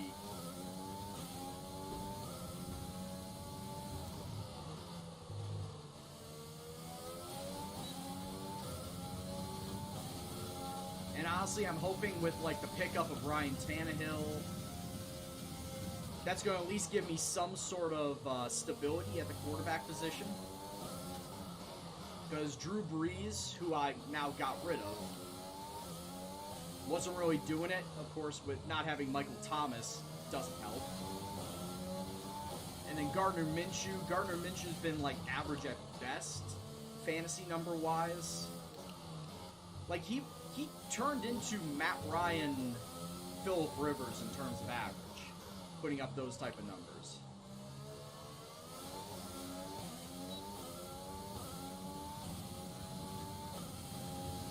Oh, and now that Raheem Mostert might be going on to the IR, I can't really make my trade for to my cousin for Kyler Murray. Because the trade I was offering him was Devin Singletary and John Brown for Kyler Murray. And he was actually thinking about it. So at this point in time, I cannot get rid of Devin Singletary just due to the fact I only have 3 running backs on my roster.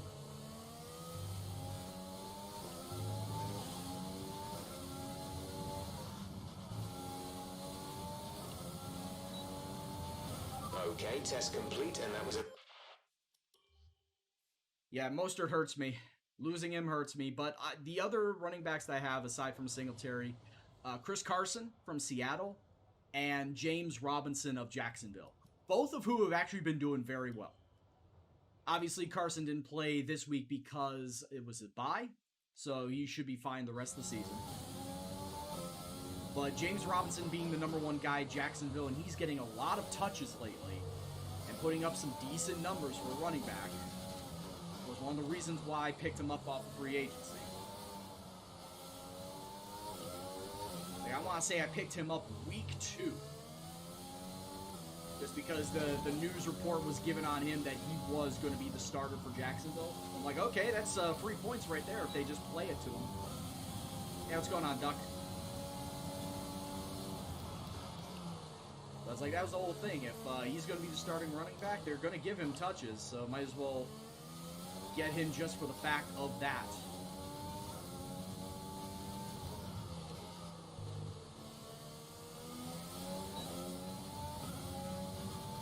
You have Jerick McKinnon.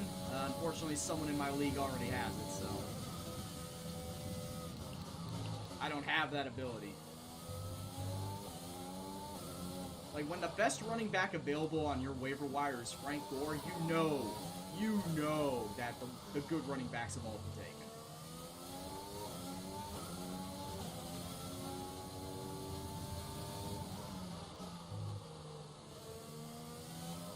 Not just the good running backs, but the good backups, too. Like the handcuff options.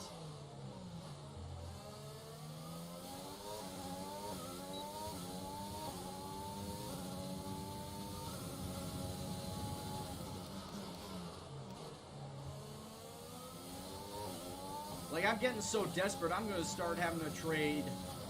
Like, I'm okay with actually trading John Brown away. He's not been that good this season. But also, the fact of the matter, Jerry Jeudy has not really broken out as everyone was expecting him to. So I am willing to put together, like, a trade package of both of those wide receivers for definitely one running back in return, maybe another wide receiver.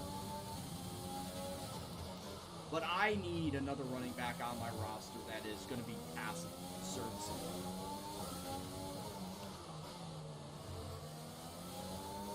Just in case the inevitable happens of, oh hey, one of these running backs is going to go down.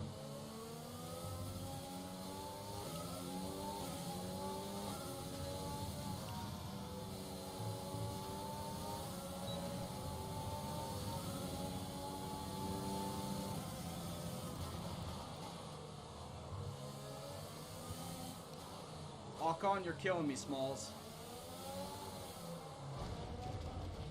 Are you okay? That was a big one. Confirm you're okay, please. That's why I said you're killing me, Smalls.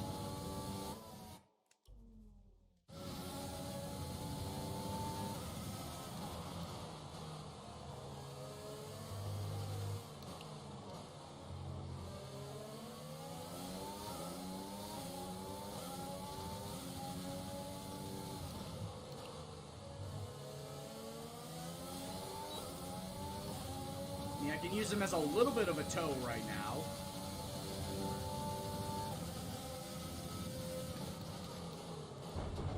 Woo!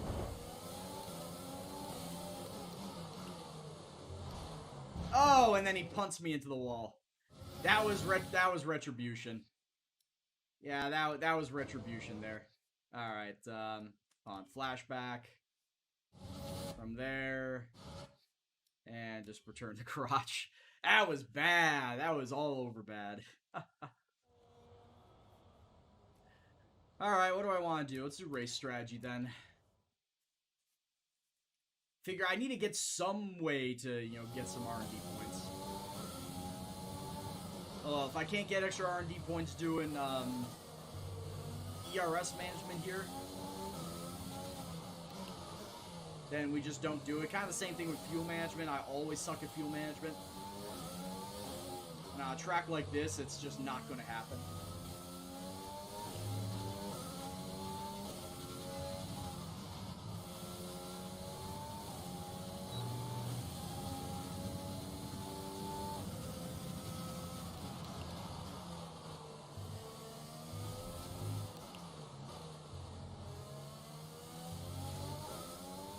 But yeah, this year has been really, really difficult for me in fantasy football. In my family league, that is.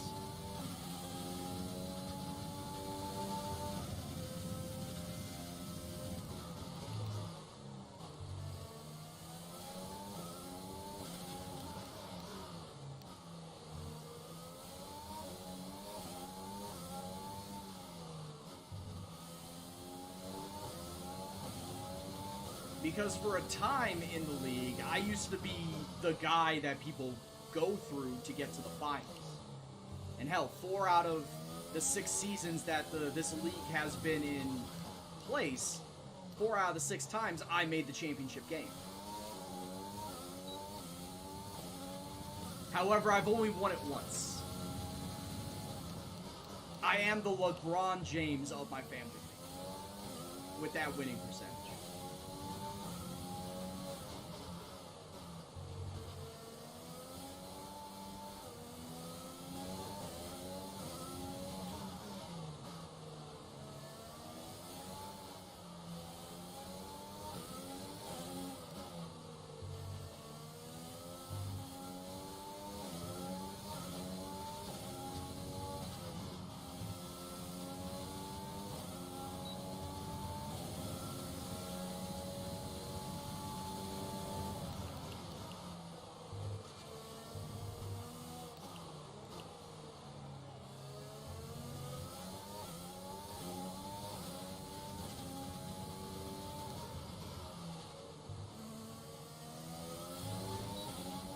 But it'll still be U3, right?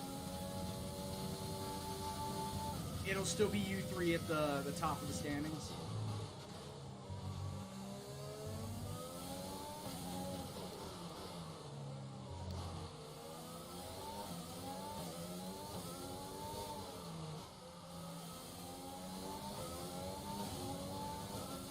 Once again, missed it.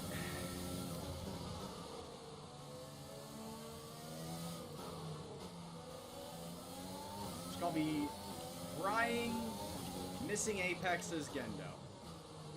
That is my new nickname.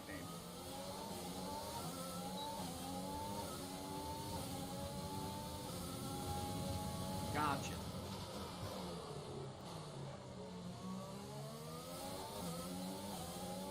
Yeah, just trying to remember what exactly the standings breakdown was for our league. Like I said, the way it's shaping up, 6 teams are going to be 3-3. Myself included in that. One team's going to be 1-5, and the other is going to be 2-4 because the 1-4 teams are facing off against each other.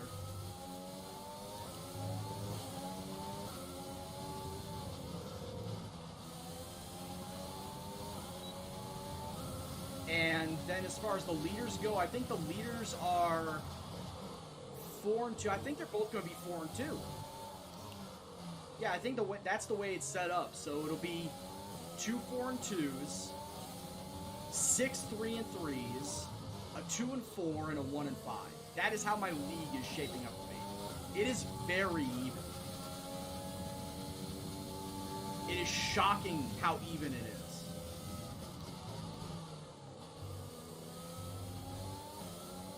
All comes down to the matchups played. How one of the losses that I took earlier this year,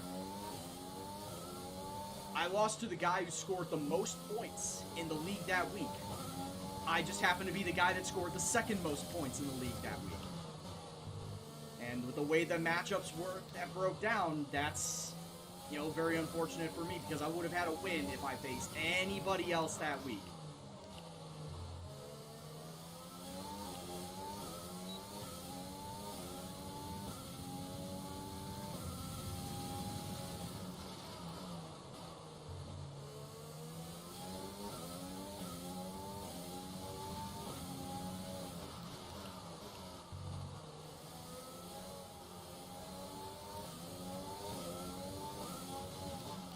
I mean, the Family League, we take that shit seriously. Family League is, I won't say high stakes, but it is a money league. It's a $20 entry fee, and only the top 3 get paid out.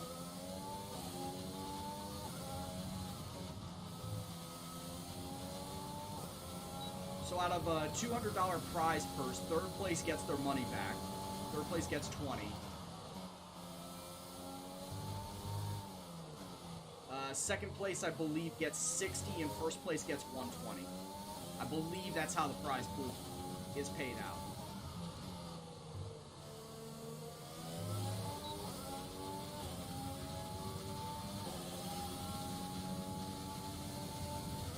So not bad payouts, but yeah, like I said, only the top 3 get paid.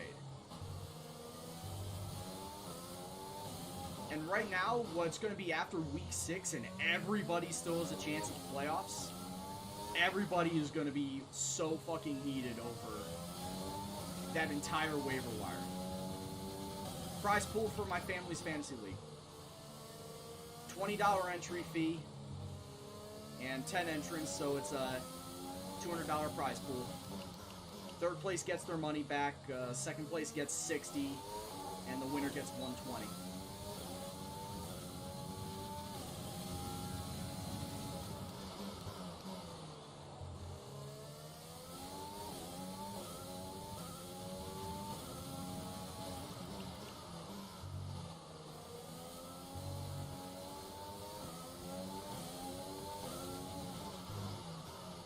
And like I said, considering 4 out of 6 years I had made to the championship game, so I was at least getting 60. With 1 year, I actually won the whole damn thing.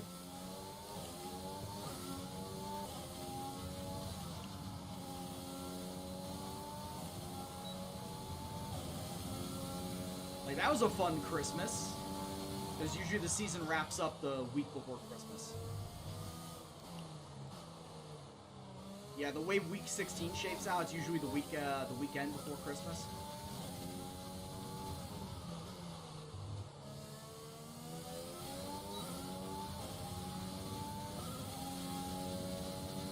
But yeah, like I said, with it being week 6 and it's a 13-week regular season, 3-week playoff.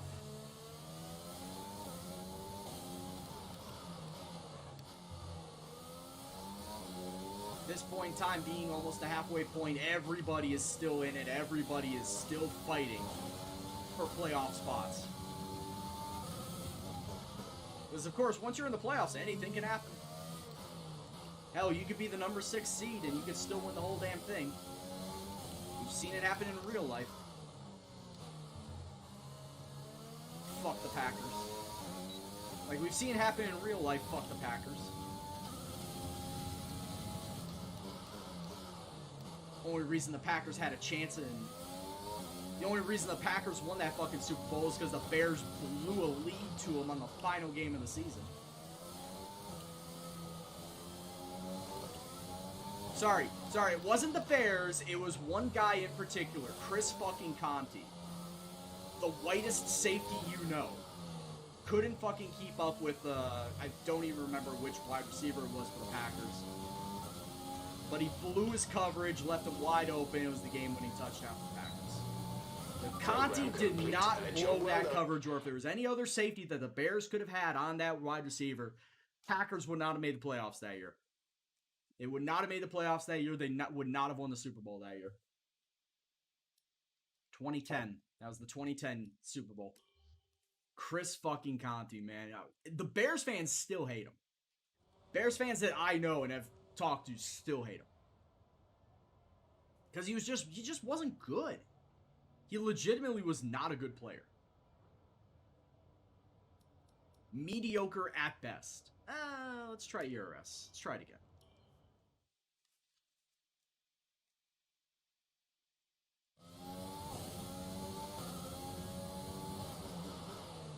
Let's give it another go.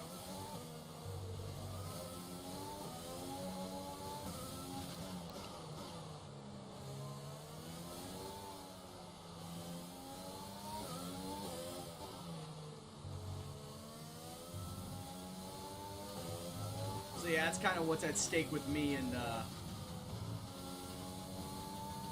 in my family's fantasy football league.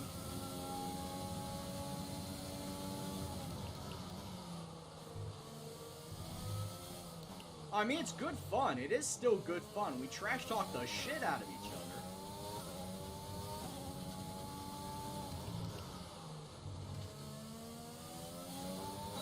But it's all good fun.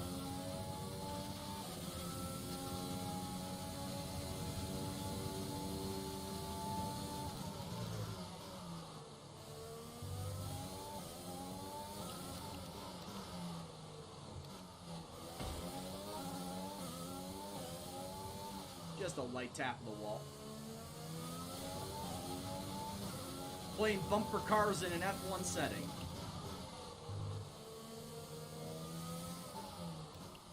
I've already done that enough times in this game.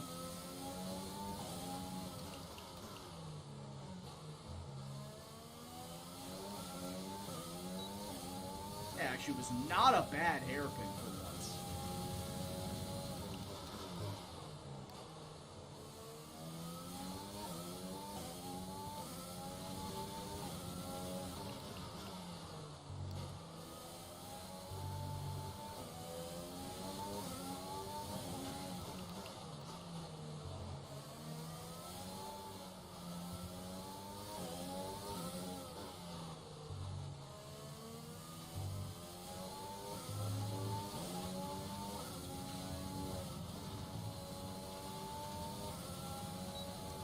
There we go. Okay. Got it that time. Now that I didn't have anybody sitting in front of me.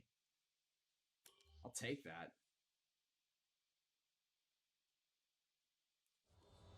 Alright, do I want to do any of the other ones? Fuel or qualifying? See, at this point in time, I don't know if I'll make the qualifying one. I can give it a go, but I don't think I'll make it. Let's try it. Let's try it, though. As I also said, though, it does not matter because I'm going to be starting last place anyway. Be starting last place anyway due to my new parts that I will be picking up.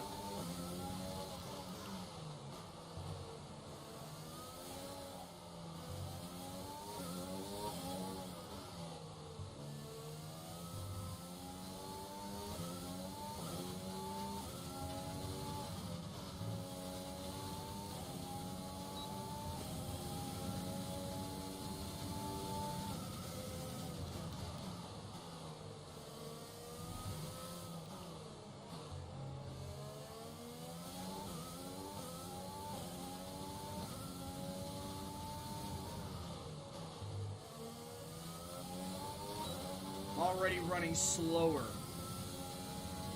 than qualifying pace.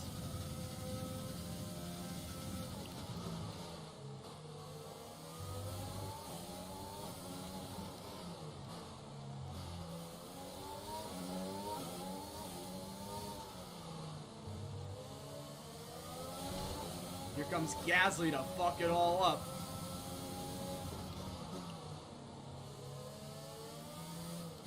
Get out of here, you French bastard.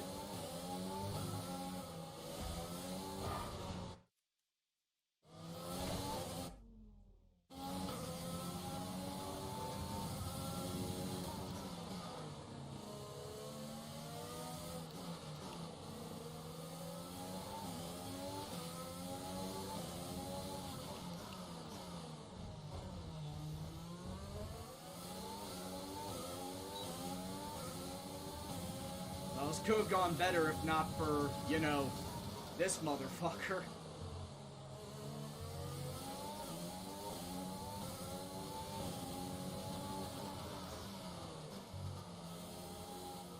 Yeah, at this point in time, does not even matter.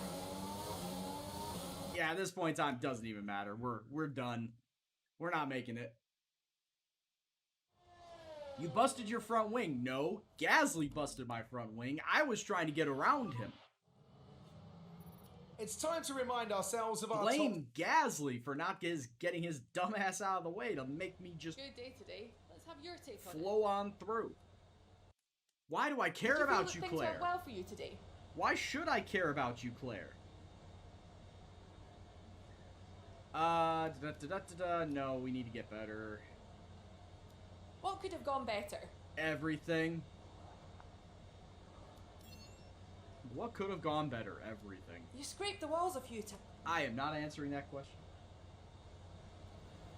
Appreciate your time. It is in my contract that you are not to ask me that question ever again. And if it's not my contract, then god damn it, I want that in my contract. That reporters, specifically Claire, never ever ever ask me about scraping no goddamn wall ever again.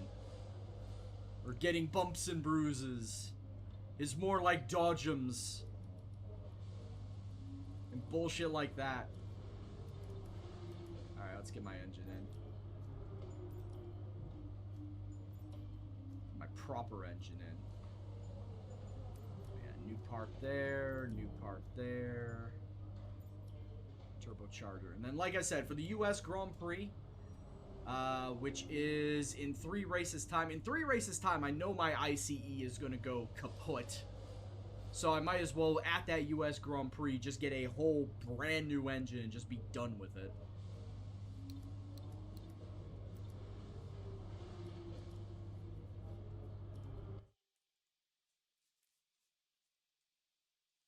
And then have that engine to be used for the last 4 races, and it'll be perfectly fine. Awesome. Is that 1,000? That's 1,000 extra points. I really hope that we don't have to worry too much about what the dev tree is going to be like as far as regulations. Well, like I said, regulations will be, in fact, coming down next race, Russian Grand Prix.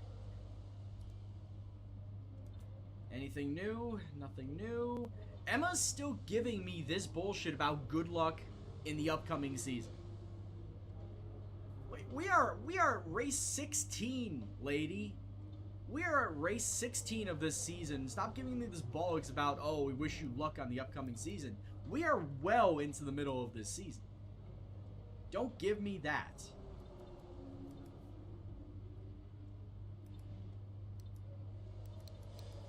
Right. Oh, really? I guess I still get the penalty. It did say I'd still get the penalty. Like, I got a brand new part, and I could switch off the part, but I still get the penalty regardless. Singapore night does look pretty sexy. It is a visually appealing track. Like, that's probably the best I'll say. It's a very visually stunning track. But as far as driving on it, Driving on it, it's very, very meh for me.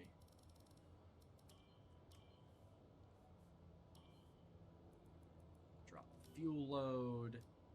Once again, because I'm starting from the rear, I am just going to drive 1 qualifying lap, and that's it. There's no need for me to do more than 1. Zero need for me to do more than 1. Not when I'm automatically starting from the rear. Oh god, I'm getting already worried about trying to do those S's at USA in this car. That already is going to give me fucking nightmares.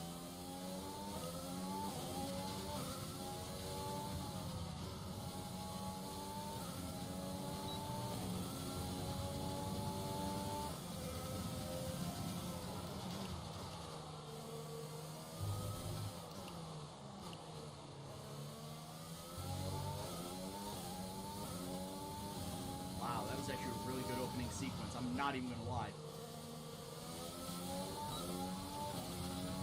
Ran a little wide there.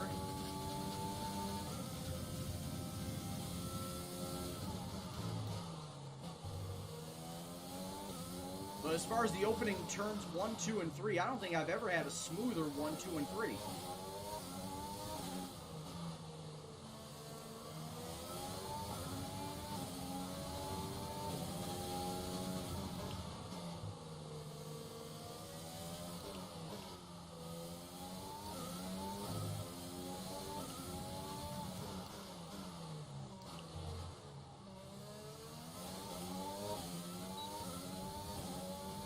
They still don't mark where the DRS zone is back here. It's really annoying me.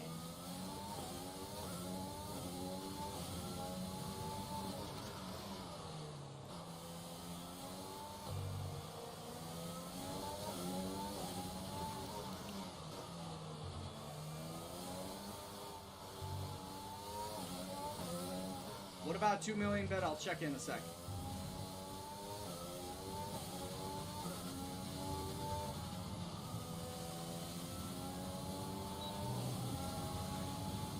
Someone bet $2 million on a 2-team moneyline parlay, Lions and the Dolphins to win on week 6. And it hit? Or was the payout $2 million? Obviously it hit because both of them won. Did they actually hit the money line on both of them? Crazy. Insane.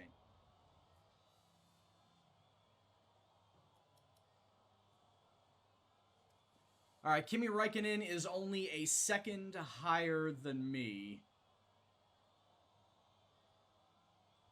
You know, I think just for shits and giggles, we'll go out and do another lap, just see if I can get better than him. Because I think that still counts in the rivalry. Is even though I'm going to, take the grid penalty, I think having that finish should still give me the win in the rivalry.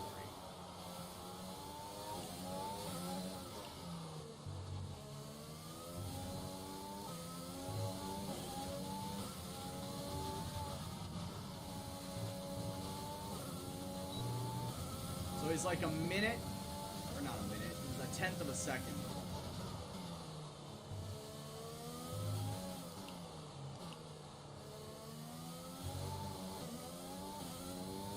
It's like a 1/10 of a second faster.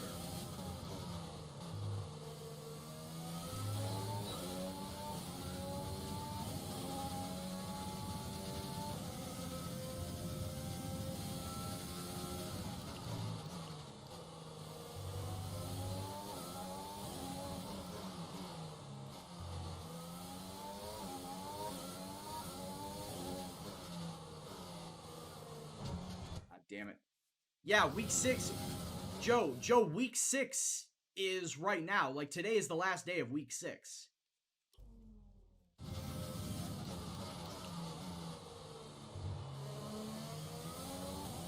I was gonna say, yeah, fucking flying eye. Yeah, I'm done. We're done with that. Lions and Dolphins. Oh, wait, Joe, this is week 6. You're talking about week 7. Lions and Dolphins together? So you're talking about not... Joe, hear me out, bud. Hear me out. Week 6 is this week. Lions and Dolphins each played 2 different teams. Both of them won. Did they cover the spread on both of them? Lions won by 18. And the Dolphins, I think, won by 24. Like, you're talking about a 2-team parlay, not of the same game. You're talking about 2 different games. I'm losing my mind over it. I'm losing my mind over this. All right, so who did not make it? Both Alphas, both Williams, and one of the Haas's in Kevin Magnussen. As you would expect, and like I said, I am starting from the rear, so Didn't really matter all that much. Killed the front wing, though. You know, typical Gendo fashion, killing the front wing.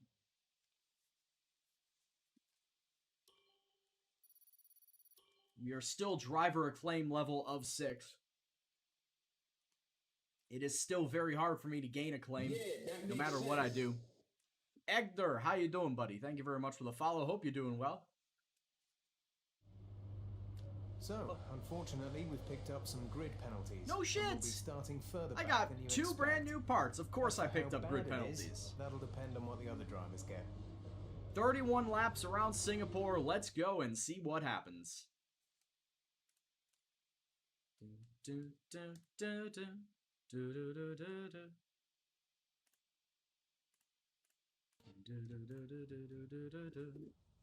Here we go then, it's Formula One in Marina Bay once again, and welcome to all of you at home who join us today for this fascinating race around the baking hot, horribly humid, but very beautiful streets of Singapore.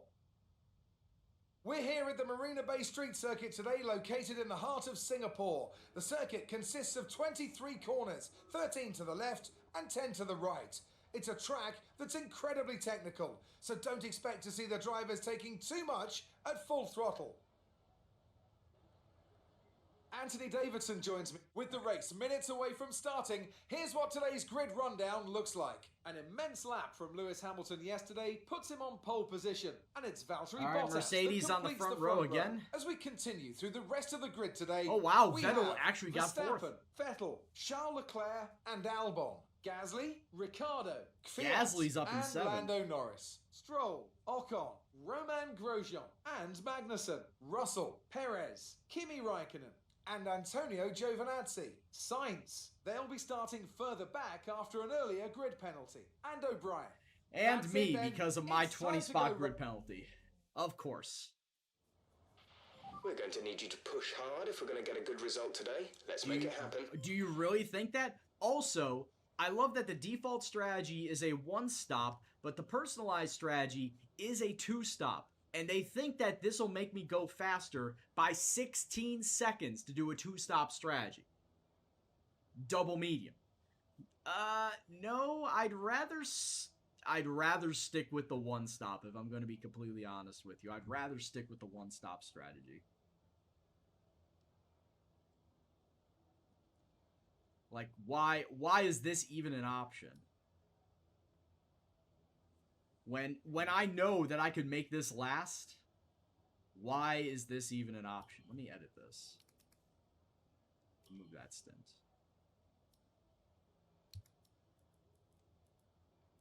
So yeah, we'll come in, we'll do 13 laps on the initial set of mediums, then we'll go hard the rest of the way. I know what you're saying.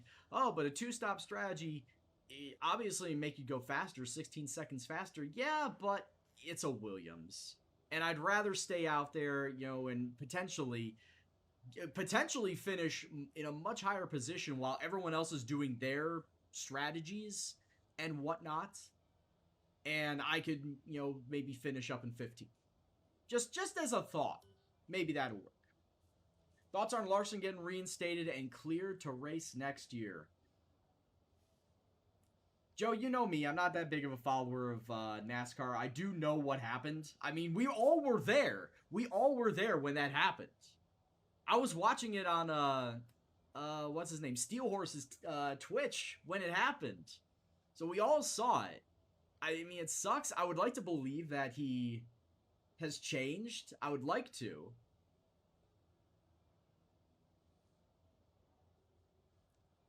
Does he deserve a second chance? I mean, he's also been racing, you know, dirt racing in this time as well. So it's not like he's completely stopped racing because of it. Do I think he deserves a second chance? Yeah. Do I think it's real early? Yeah. I do kind of think that, oh, it's been, what, 5 months since it happened? That's real quick. That's a real quick turnaround. All right, let's get this bad boy rolling.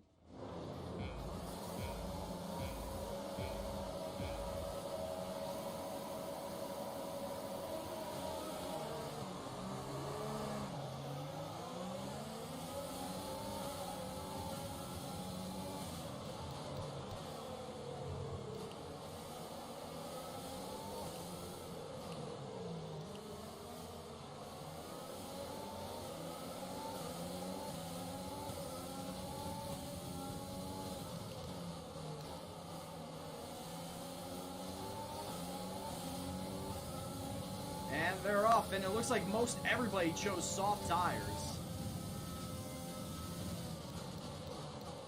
So most everybody is going to be doing a two-stop strategy. Which at this point in time, I might as well just sit back and coast.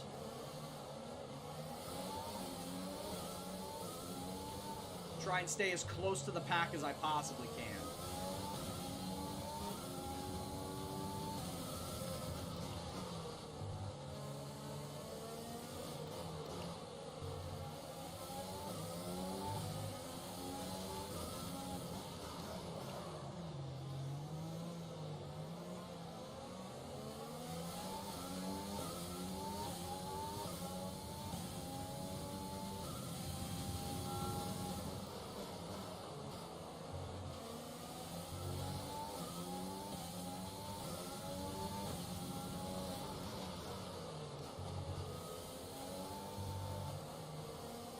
Yeah, he's going to be driving the number 5, isn't he?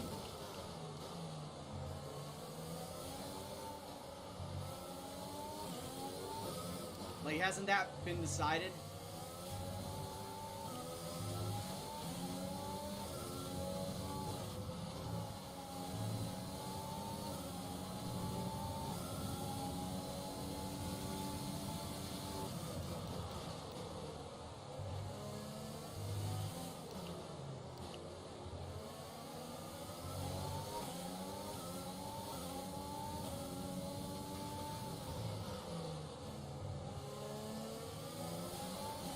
Oh, you literally just said it as I said it. You literally just said it as I was speaking it.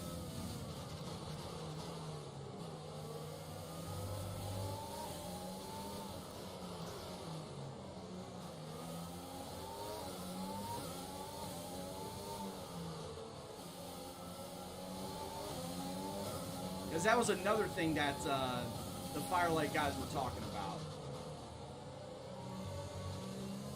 And I think you also brought up too. Whoa, very wide.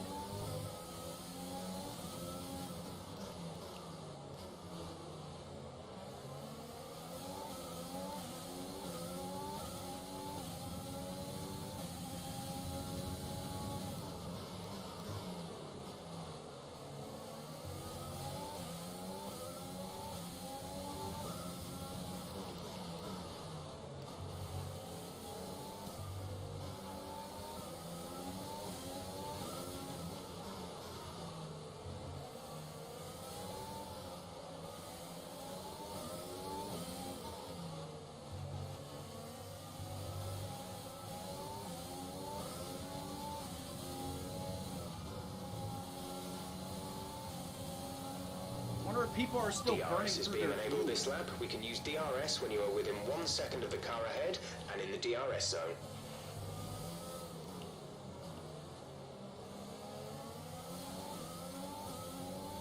Well, as it stands, I am still in the DRS.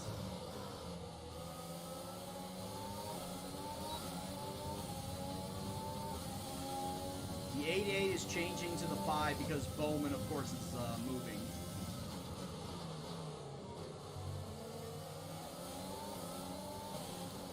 Also, what's this I've been hearing about the 25 car? Like, who owns the 25 car and who's going to move to it?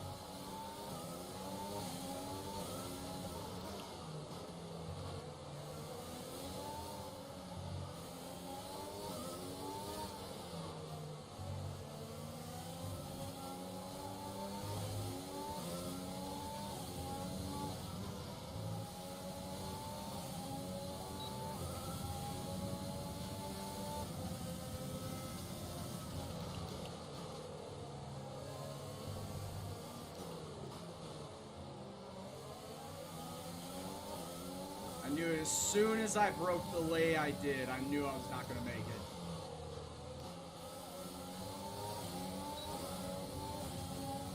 is Rick Hendrick 2.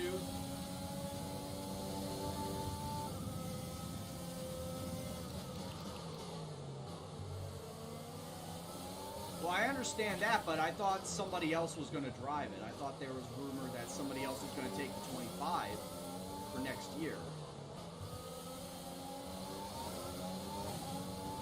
Unless it was all a ruse.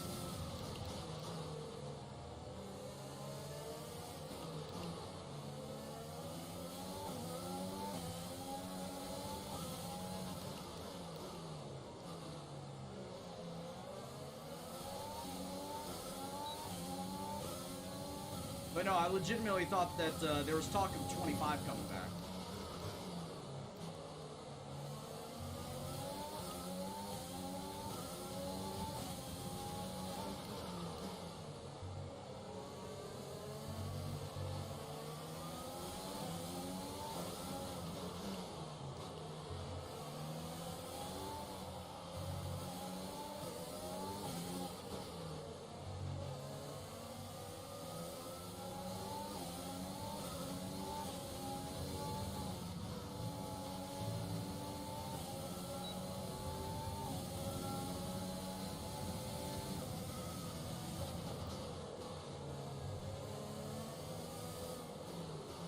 God damn it.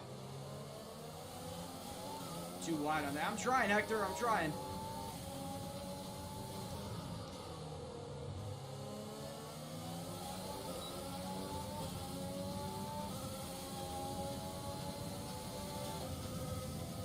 And Carlos Sainz is just not having a fun time back here.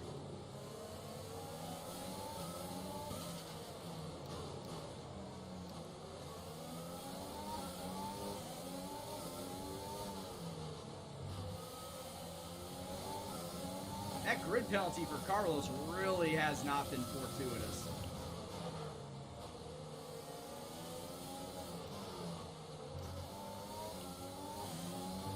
Why not drop down the first gear?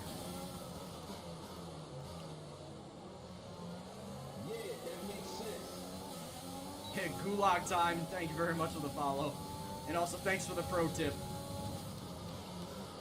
I mean, that would work if I did not have damage set to full. If I had turned damage off when we were playing bumper cars, yeah, maybe.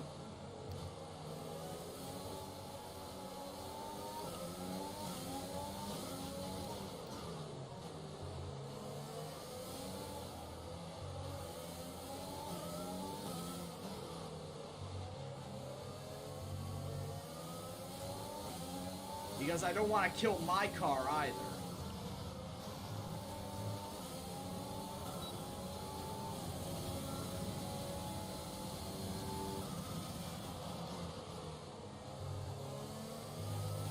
Because killing my car is bad for business.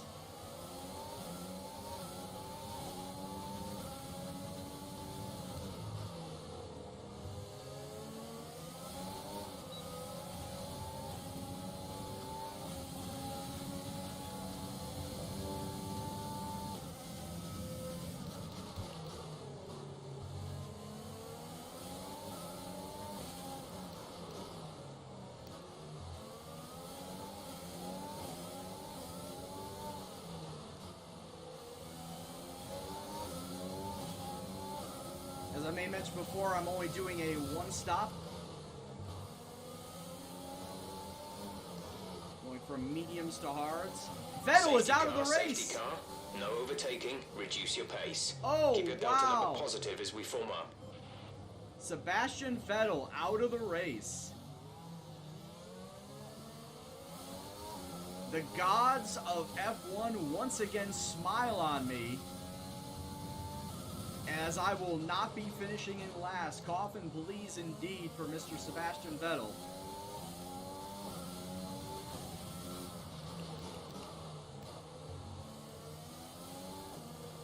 Free tire time.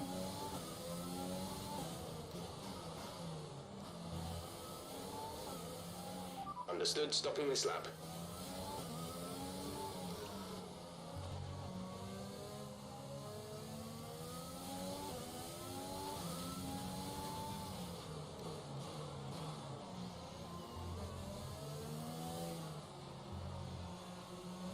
Yeah, I'm going to come in for hard tires right now.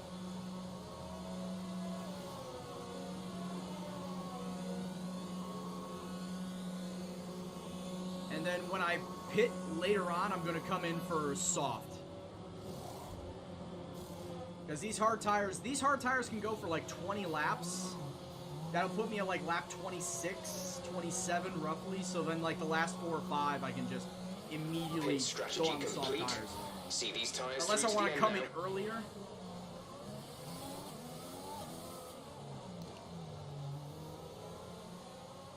But yeah, unless I want to come in earlier. Nah, these will be fine. In fact, I would even say maybe lap 25 come in.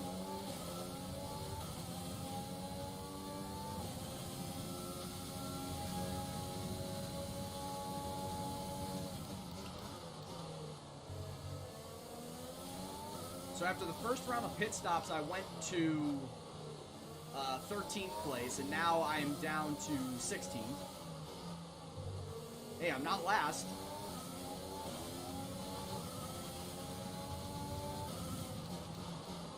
And honestly, I won't be last anyway. Thanks to Sebastian Vettel dying out here.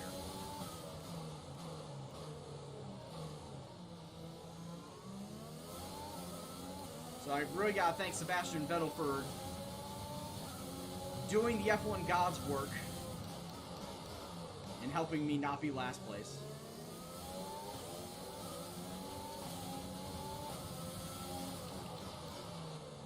Sebastian Vettel knows that I need to get my car much better than what it is right now. So he's sacrificing himself to get me into a much favorable position in the standings, get more R&D points, get more money, and ultimately make Williams a better car. So I appreciate Vettel for doing what he's doing.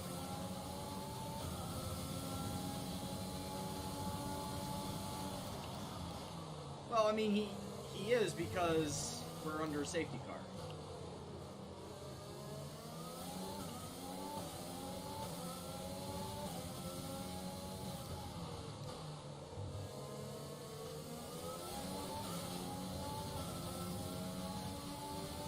Yeah, I don't think that I could have gone more than 13 laps on the medium tires. Hell, if I even went to medium tires again here, pretty sure I would not have been able to get more than 13 laps on it. Which then, if we go green, we'll be going green after this lap. That'll put us at lap 20. Oh, lap 21. I may have been able to get 10 laps out of the softs. Shit, I may have opted, and probably should have opted for the medium soft strategy. But I'm going to go medium hard soft.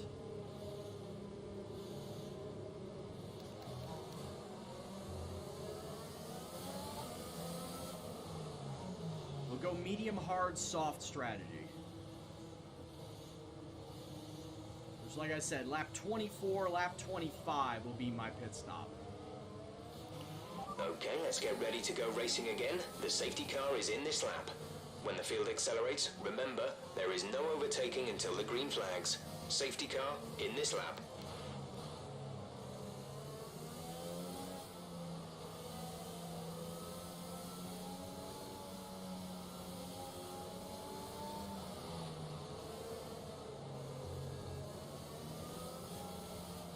Tires are still too cold.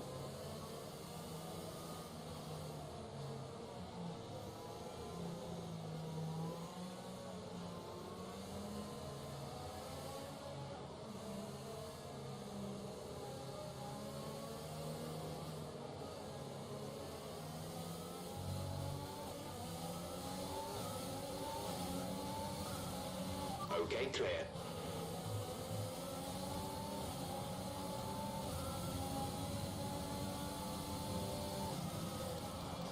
Fuck off, Kimmy! God damn it.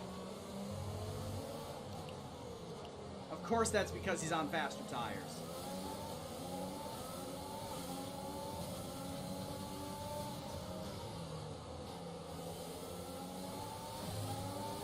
The only reason why he is looking to be faster than me is because he's on softer tires. And get out of here, Kimmy. Shit.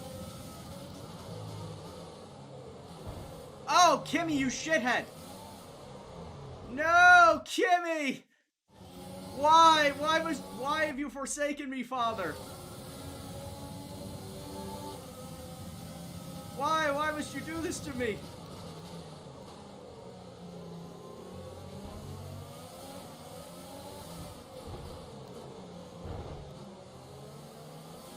I know who's coming alongside me, but they can get into the fucking wall. Alright, that's one.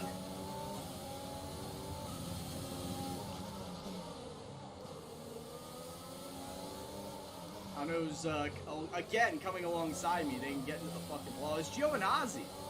It's been Giovinazzi and Magnussen that are trying to punt me into the wall.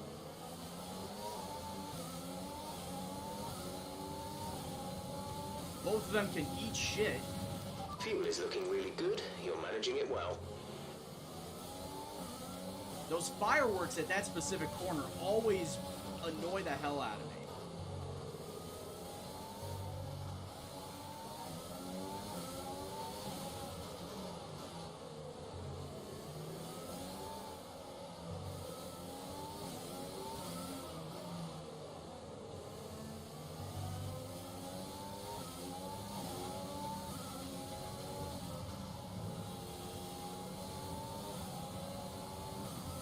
Exactly, Joe.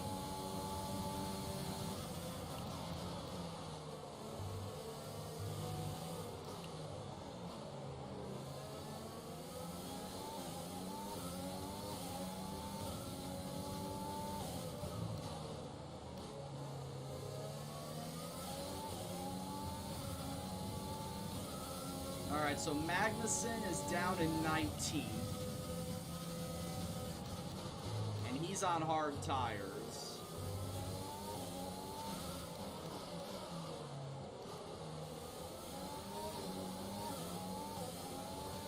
Wonder who's behind him and on what tires he's on.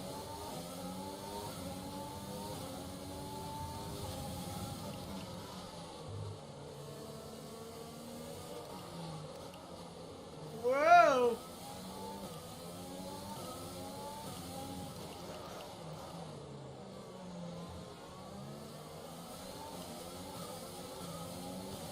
I was honestly heavily expecting to get punted by Giovinazzi there.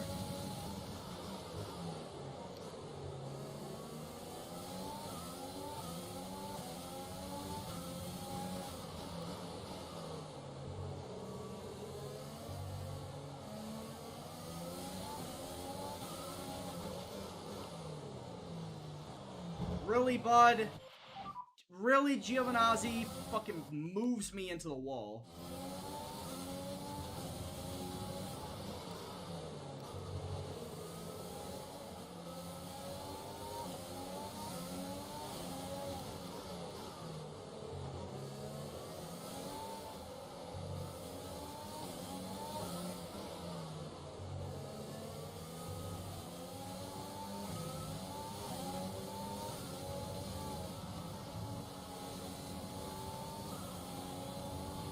DRS has been Disappointed enabled. in DRS is Giovinazzi. now enabled.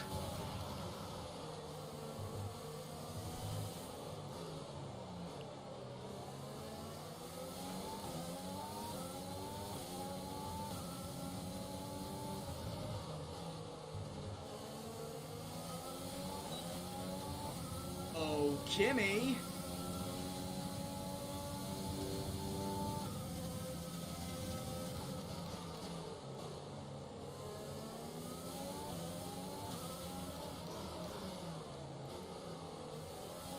Yeah, it's something like 300 miles an hour, isn't it? I did see something along those lines pop up on my feed. But I didn't see it was a Koenigsegg.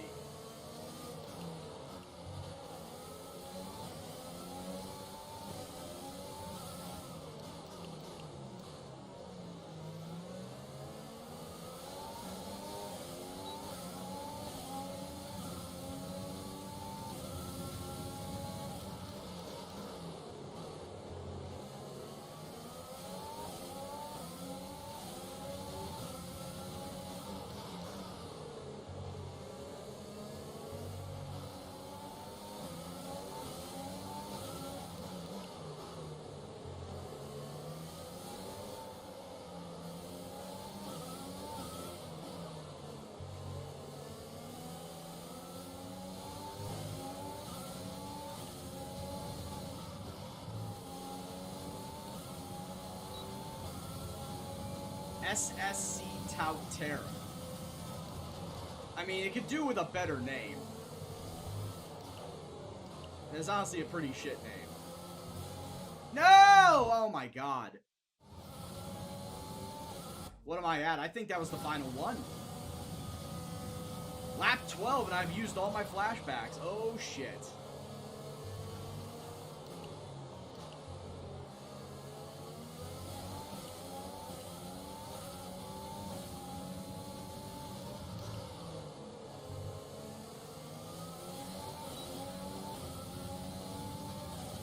Yeah, we are not in good territory, boys.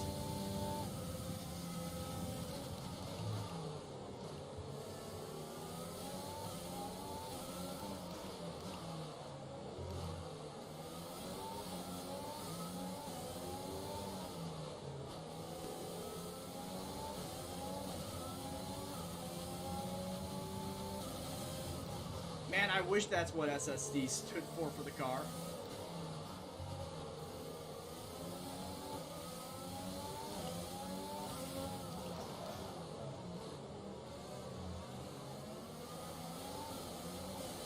Watch out, I have no insurance.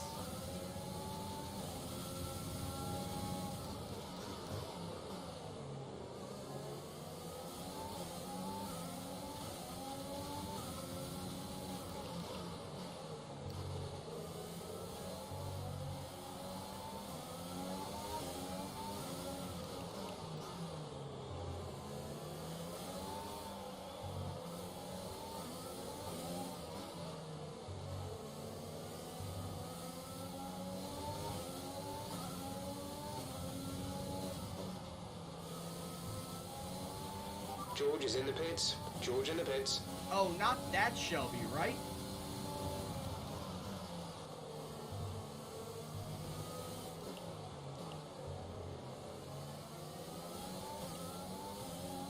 Yeah, but it's not that Shelby, is it? It's not Carol Shelby's cars?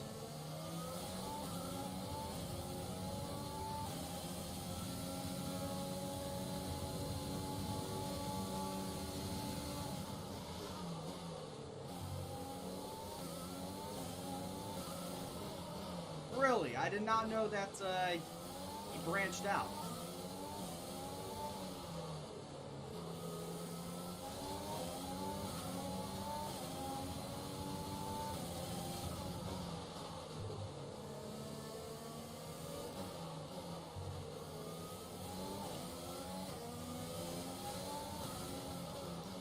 I don't think they make Ford. I don't think they use Ford engines in those cars. It's probably got a Cosworth in it, maybe. Oh, you get what you fucking deserve, Giovinazzi. You try to run up on the inside when you had no room.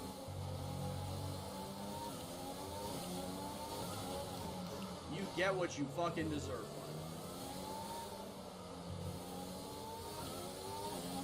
Seriously, the higher you go with the AI, the stupider they get with them.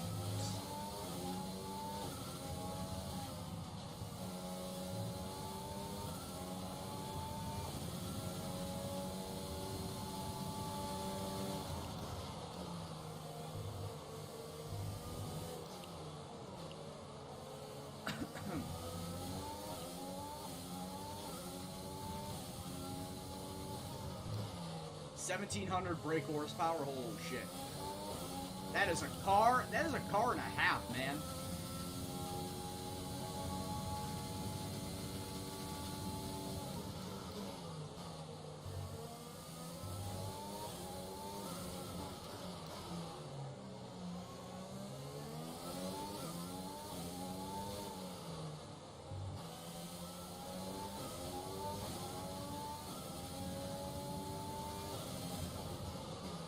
Only a V8?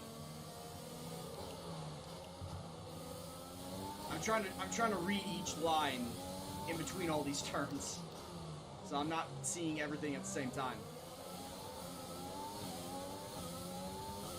Production car has a 5.9 liter twin turbo V8. I'm surprised the V8 can pump out that much horsepower. Well, still twin turbo. Yeah, I understand that, but I'm surprised that a V8 can come out and produce that much horsepower to begin with.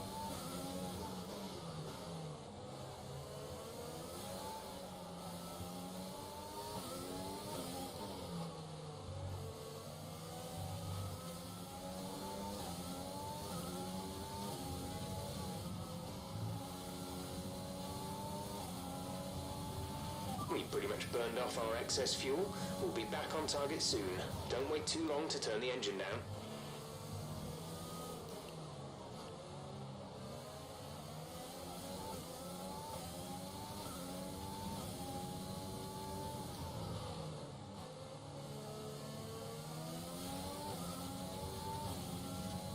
How was I not within a second to Raikkonen at the line, man?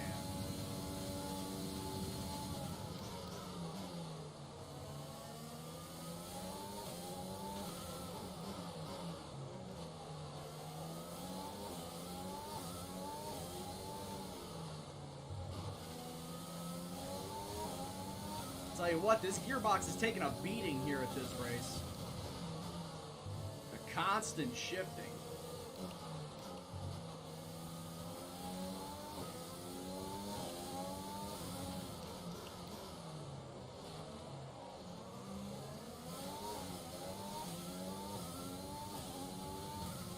Yeah, joystick, I've actually gotten used to driving around in the wet. Shit. My tires at? My tires are only at 10-12%, man, that's nothing.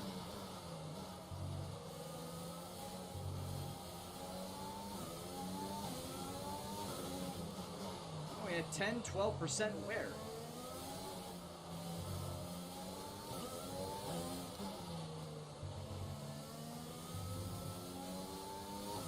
Honestly, joystick, though, it still doesn't mean I like driving around in the wet.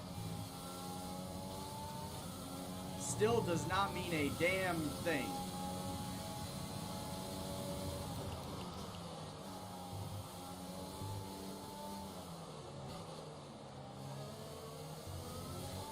Yeah, brakes are working hard. You want to see the temperatures? I saw 1100 degrees Fahrenheit, 1500 degrees Fahrenheit for brakes.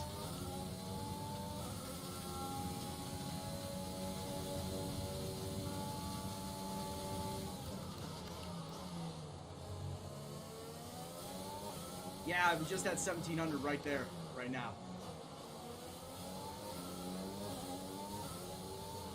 Tires at around 200 degrees Fahrenheit. That's normal.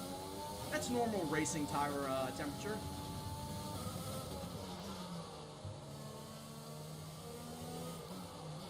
Hey, when you're driving carbon fiber brakes or ceramic brakes, they can go hot and they will be fine. They can go that hot and they'll be fine.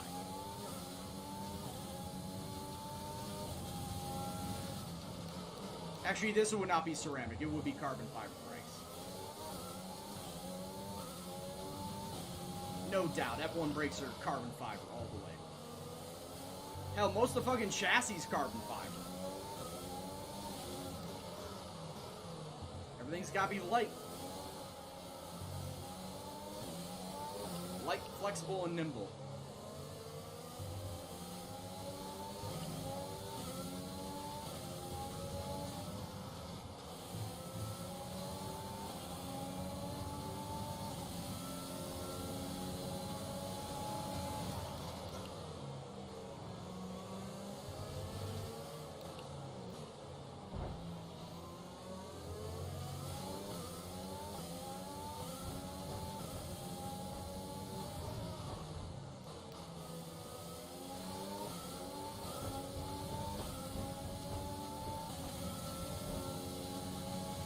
Everything but the driver is carbon fiber. Oh my god, here comes... Holy shit, Bottas and Hamilton at the same damn time. How's my wing? Because I know I hit one of them. Yeah, my wing's fine. Like, fucking hell, Hamilton just out of nowhere. Like an RKO.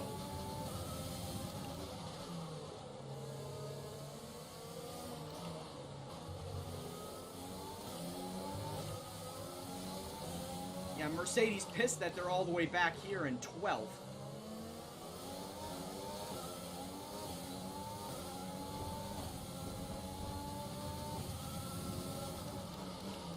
Bump drafting, yeah. Yeah, I gave him a little nudge. Sure he didn't mind. If anything, I pushed him through the corner.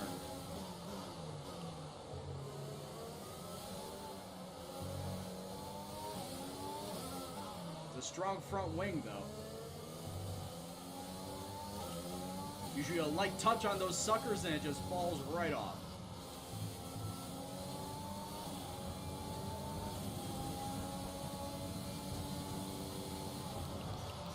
I'm debating if I should come in for medium tires, knowing that medium tires will last me the rest of the race.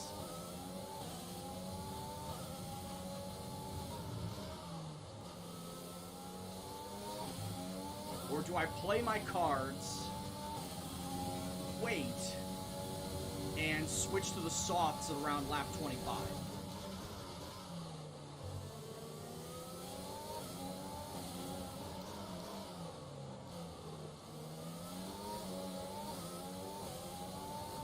Well, it looks like everybody else is out on hard tires. Yeah, it looks like everybody that pit behind me pit for hard tires, so they are going to go for the durability route. I'm already on hard tires. So my durability shit, oh Jesus, is fine, he says as he slides like a shithead.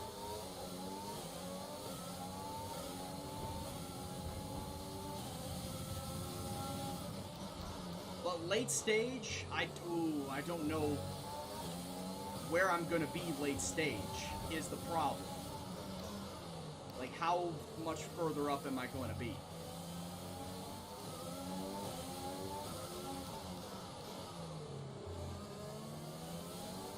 I think I'm gonna stay out and pit on softs.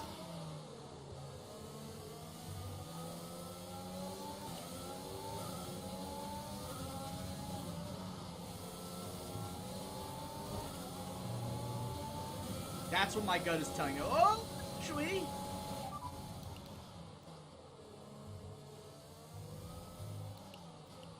I see most everybody coming in for mediums. Confirmed, we'll receive you at the end of this lap.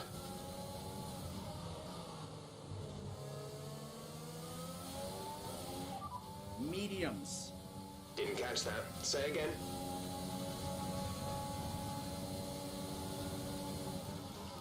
You say didn't catch that, and it actually did switch to the medium tires.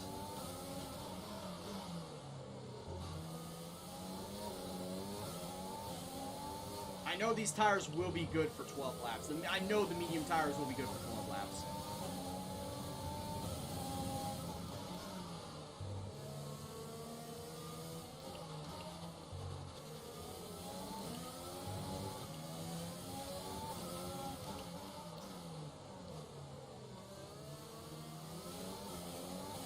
When I saw basically half the field swapping out their hards for their mediums, I'm like, okay, I think it's about time I come in and do the same.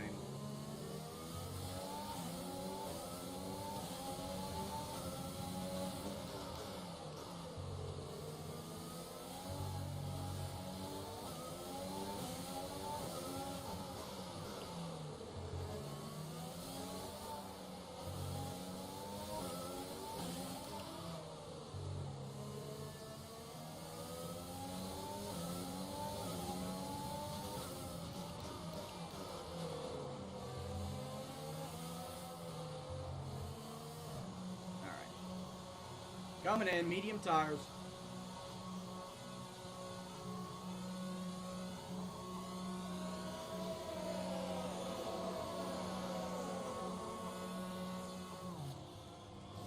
Alright, hurry it up, boys, hurry it up.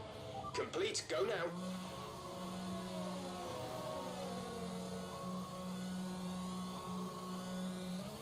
Okay, stay clear of the white line on the exit. We'll receive a penalty for dangerous driving if you cross over into the track.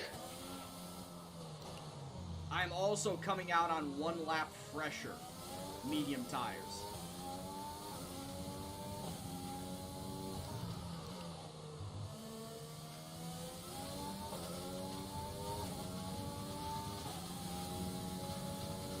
Well, I'm ahead of Giovinazzi, who's currently on the softs. Or, not the softs, the hards.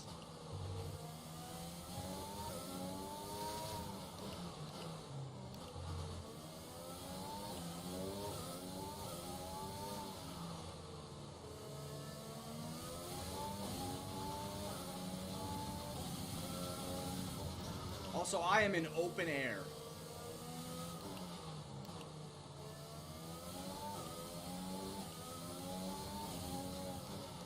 Joe, I also look at it this way. Would I have had enough time after I made my pit stop to catch up to everybody?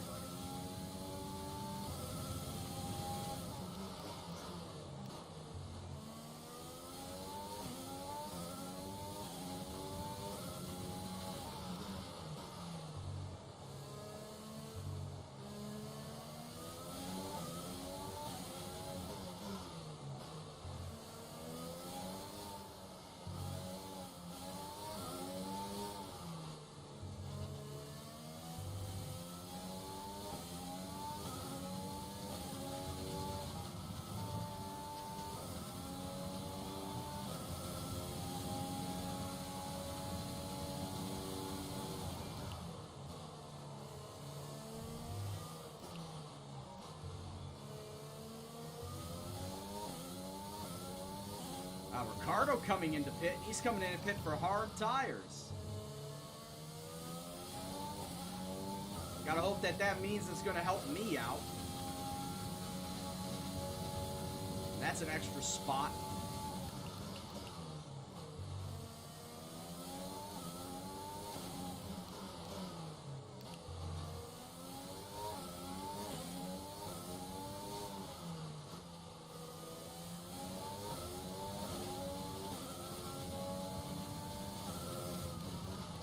I am slowly catching up to the people in front of me, but I don't know if that's because there's a truly train going on or not. I also can't see the map. Can anybody help me out? Is there somebody blocking the path up front?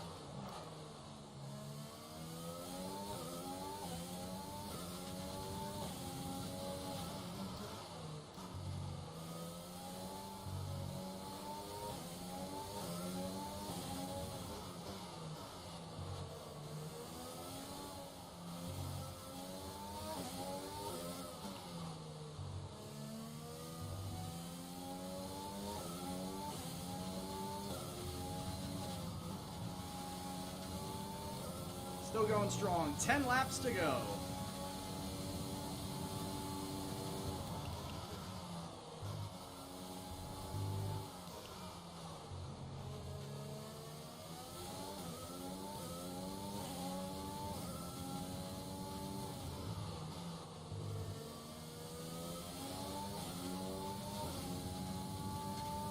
So there's a group of 3, which is 4.5 seconds ahead, and then there's a group of, and then there's another several group ahead of that.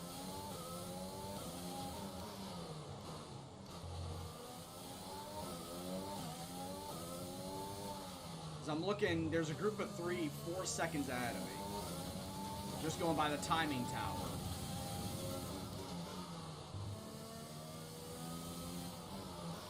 Are there more people ahead of them?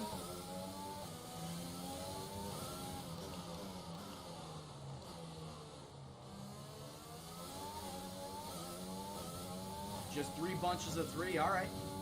10-4.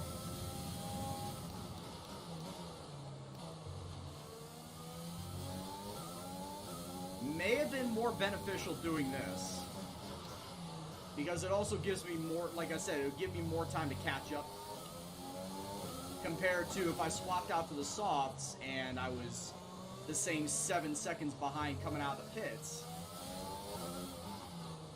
I might very well have not been able to catch up.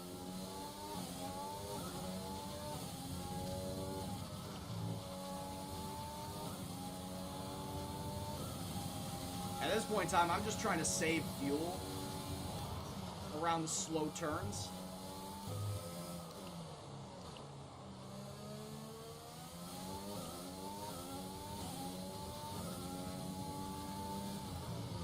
just so I can get one last gasp.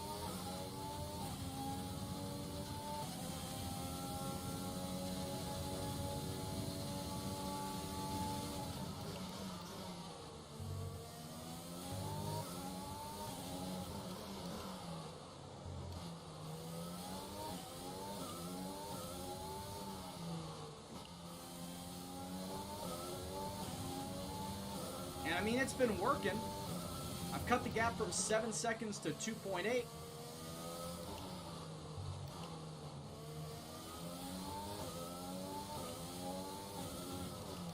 Of course, works like that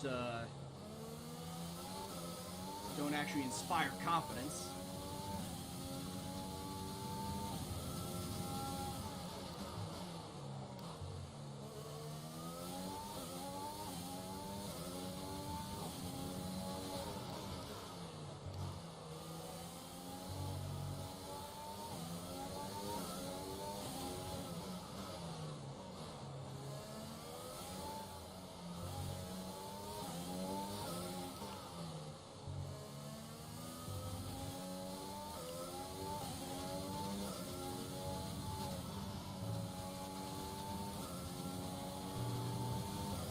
We are at the 2-second gap mark.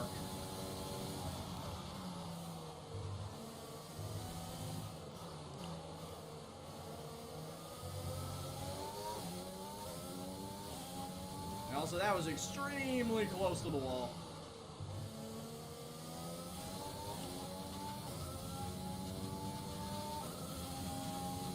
Tire wear currently sitting at 10%.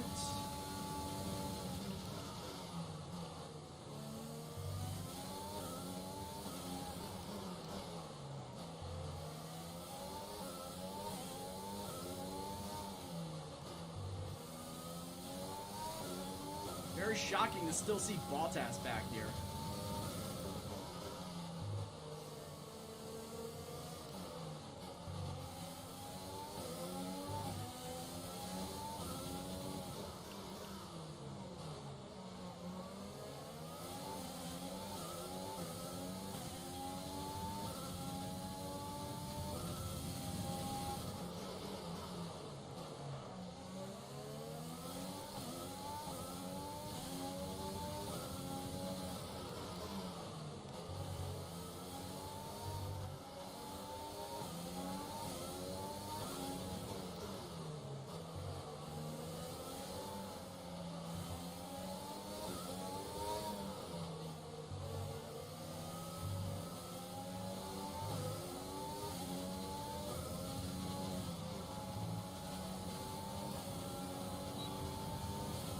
We are officially in DRS zone.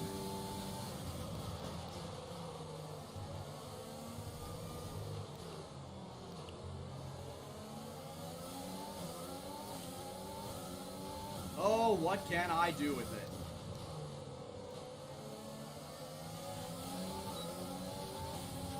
I mean, it's Bottas, it's Raikkonen, and I have no idea who's in front of him. And Grosjean. Bottas, Raikkonen, and Grosjean.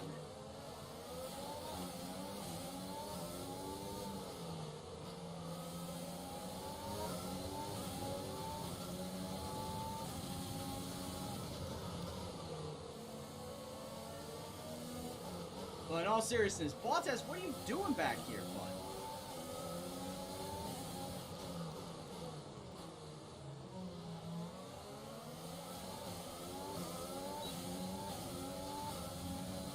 I'm seriously questioning how he's all the way back here. When he got fresh tires, he should be making moves.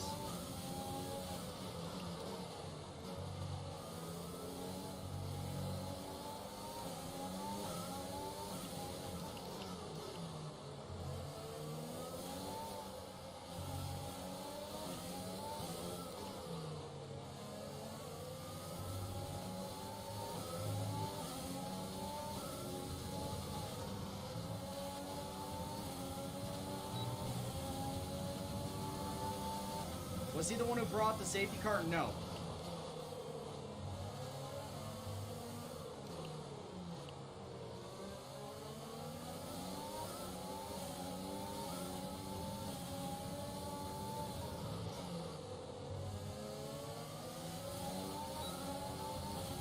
God, I just want to pass these guys. I've got no straight line speed, though.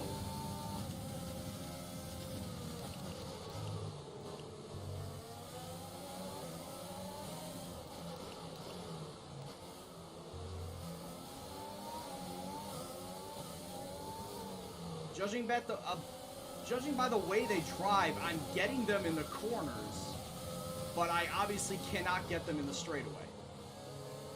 Yeah, Vettel got knocked out by the safety car. I don't know if he brought it on himself or he had help.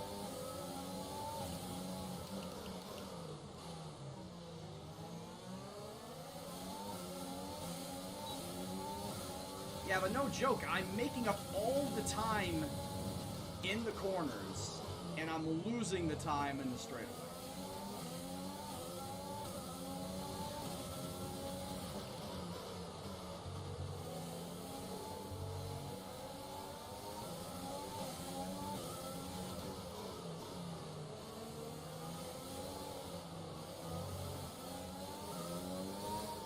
It'd be nice if the turns weren't like 90-degree tight.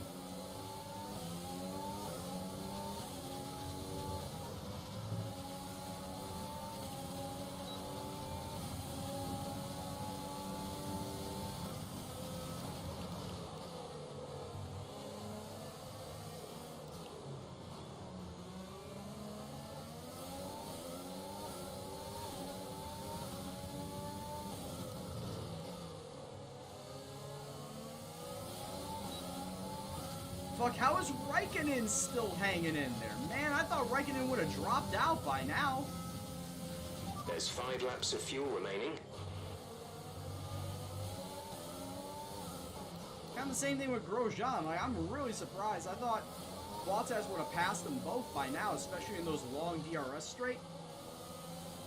That one long DRS straight, I thought Bottas would have left them in the dust. This is crazy.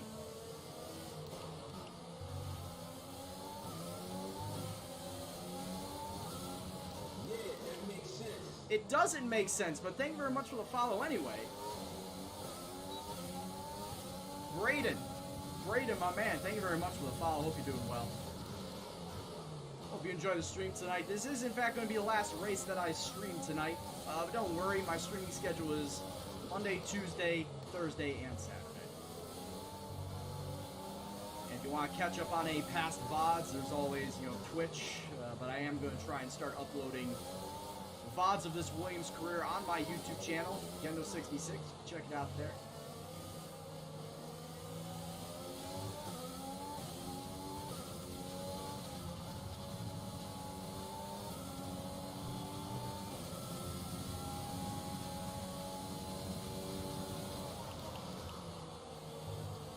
Oh, I'm sorry to hear you say that, Braden.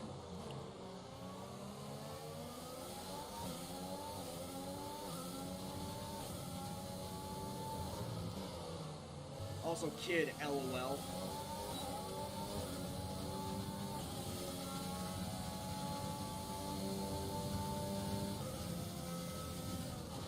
Just a random nobody coming in here telling people they're trash.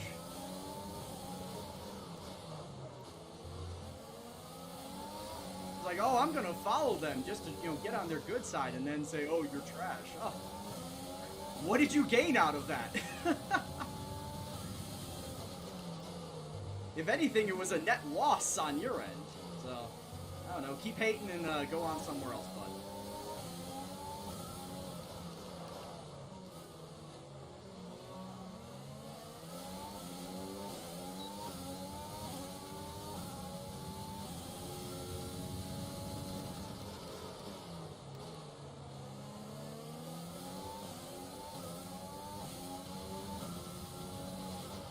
Yeah, and I don't think if switching to the soft tires would have mattered around lap 25. Like I said, it would have been faster, yes.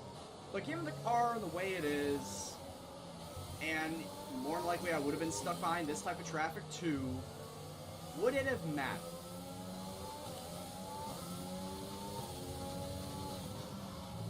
Especially with, the engine being as it is, the car built out There's as it is. 3 laps of fuel remaining.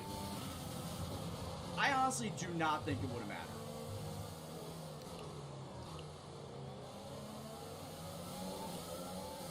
is looking like, hey, I'm going to finish in my average position of 17.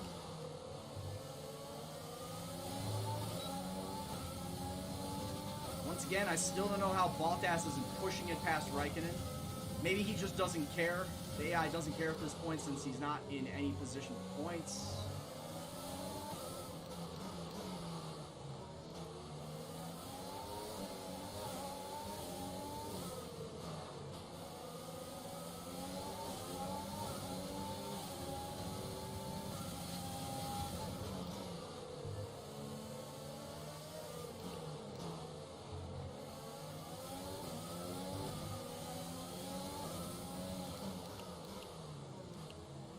Yeah, Williams' career is tough. It's the whole reason why I chose it. That I knew it was going to be a challenge to build this damn thing from the ground up.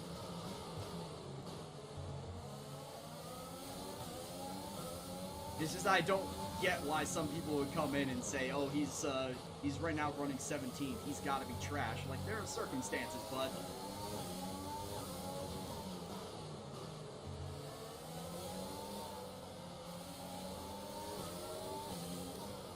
circumstances that if you just stopped typing for 5 minutes and actually saw what I was doing, maybe you wouldn't be so ignorant. I'm not saying you lost Reich. I'm talking about Braden that decided to, open his big stupid mouth.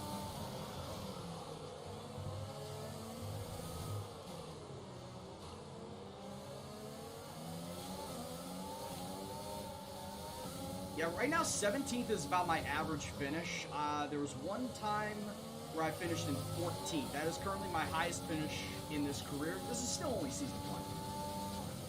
This is still only season 1, so there's plenty of time for growth and development.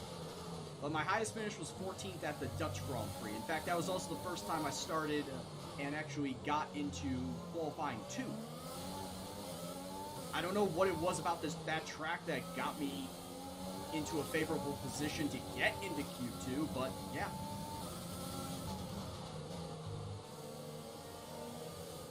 With the exception of Spa, I have not finished in last place this entire season.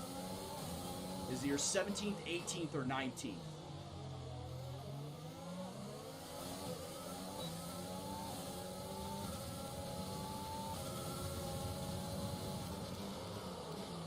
It's like they have a Mercedes engine, yes, but they have a boat. They have a boxy, unaerodynamically pleasing boat built around it. So they cannot get the most out of their car. They cannot squeeze every ounce of power out of that Mercedes engine because their car is just so poorly built.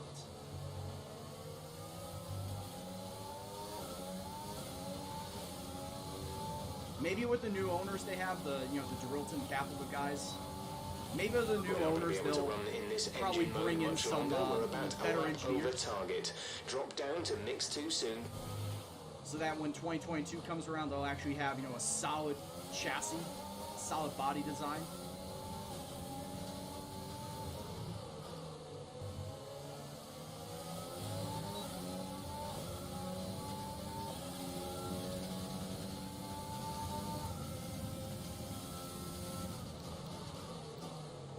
I mean, it's partially their fault, right?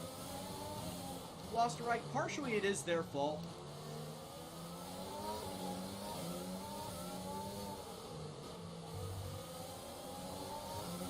But hopefully with the new owners, they'll sort themselves out and push back to being a mid-table team. Lewis Hamilton wins the race. Yeah, and Lewis Hamilton was all the way back here, too. He was, like, back in 12th last time I saw him.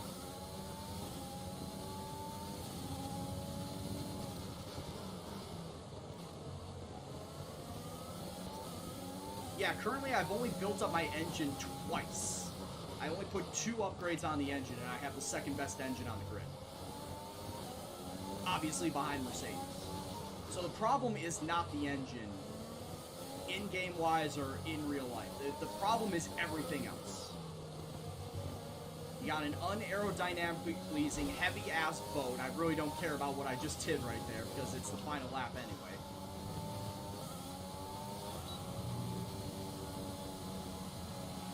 Okay, pick up rubber and bring it home. So bored seeing the same people winning all the time, i.e. Lewis Hamilton. Yeah, I would love there to be more of a challenge for Mercedes and Lewis Hamilton's title, but as of right now, what can they do? And of course, they can't do anything in their cars for next year. They have to keep the same car brought over to next year. And then, of course, the salary cap is going to be taken into effect in 2022, so that everybody brings their expenditure for the car down immensely, except for Williams. Williams actually are currently the ones under the salary cap.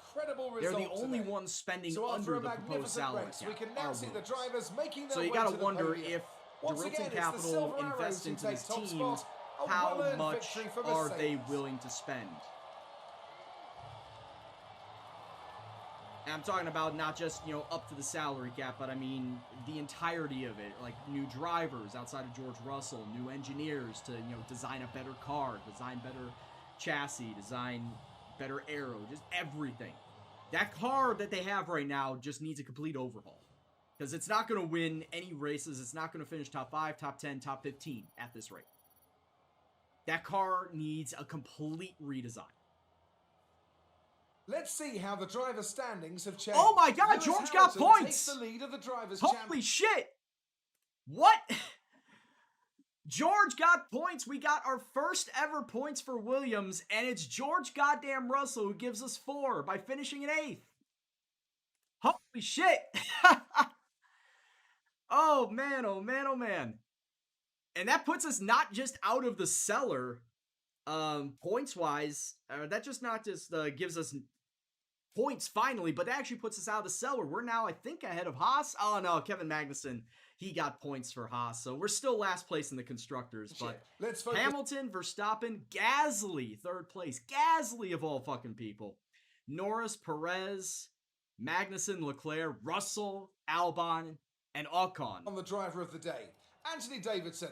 Who do you pick? And that was your top 10. Those are your points-paying drivers. Then you got Kvyat, Sainz, Stroll, Grosjean, Kimi, Bottas, myself, Ricciardo, Giovinazzi, and Vettel crashing out.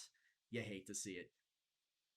Yeah, Russell might be losing his ride next year. He might, Sergio Perez might actually be taking over Russell's seat at Williams. I know it's still a rumor, and we all know how wild rumors have been for the last 2-3 months in F1, but that's the rumor we're hearing right now, is that Sergio Perez might be joining up with Williams, and Russell might be losing his seat. Not Latifi. Not Latifi. Wait, who, in all seriousness, should not be a driver in F1. Maybe F2. Go back to F2. But he should not be a driver in F1. But it's Russell that might lose his seat? Yeah, I know, Andres. I have no idea. No idea. It should be Latifi, though. There's a lot of incredible driving out there today, Crofty, but if I had to... But yeah, look at that. Oh my God, we're finally not saddled with a goose egg next to Williams. We actually have points. 4 whole goddamn points, thanks to George Russell. Latifi does have, that's the whole thing. We've talked about this in a couple of streams ago. Yeah, Latifi is a pay driver. Lance Stroll is a pay driver. Fernando Alonso coming back in is going to be a pay driver because they bring in sponsors. And in the case of both Stroll and Latifi, they have rich fathers that can put money into the sport. So that's the reason why Latifi is got a seat and assuredly has a seat. And it sucks. I'm not doing it on stream, Wolf. I'm not doing it on stream. You kidding me? No. We'll do off stream. Someone, it's got to be Sergio Perez. Fantastic driving. It's time to... But Ocon might be dropped by Alpine? Really? So that Didn't know was about an that one. exciting race from our perspective. Let's have yours. Do you think that grid penalty was justified? Yes. Because I needed brand new engine parts. Did you struggle to get through all that traffic today? Yes. Did you struggle to get through all that traffic? Yes. However, all 4 answers, no, no, no, no. Give me better answers, damn it. Was today a good day for you? Hey, we finished 17th, which is not last. Any day that we don't finish last with Williams is a good day.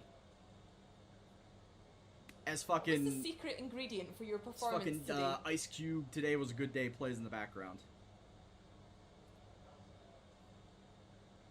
Secret ingredient, power unit. Appreciate your time. So today was a good day, and in fact, 15 out of 16 races have been good days. The only one being Spa, where we finished actual dead fucking last, and I'm still disappointed in that.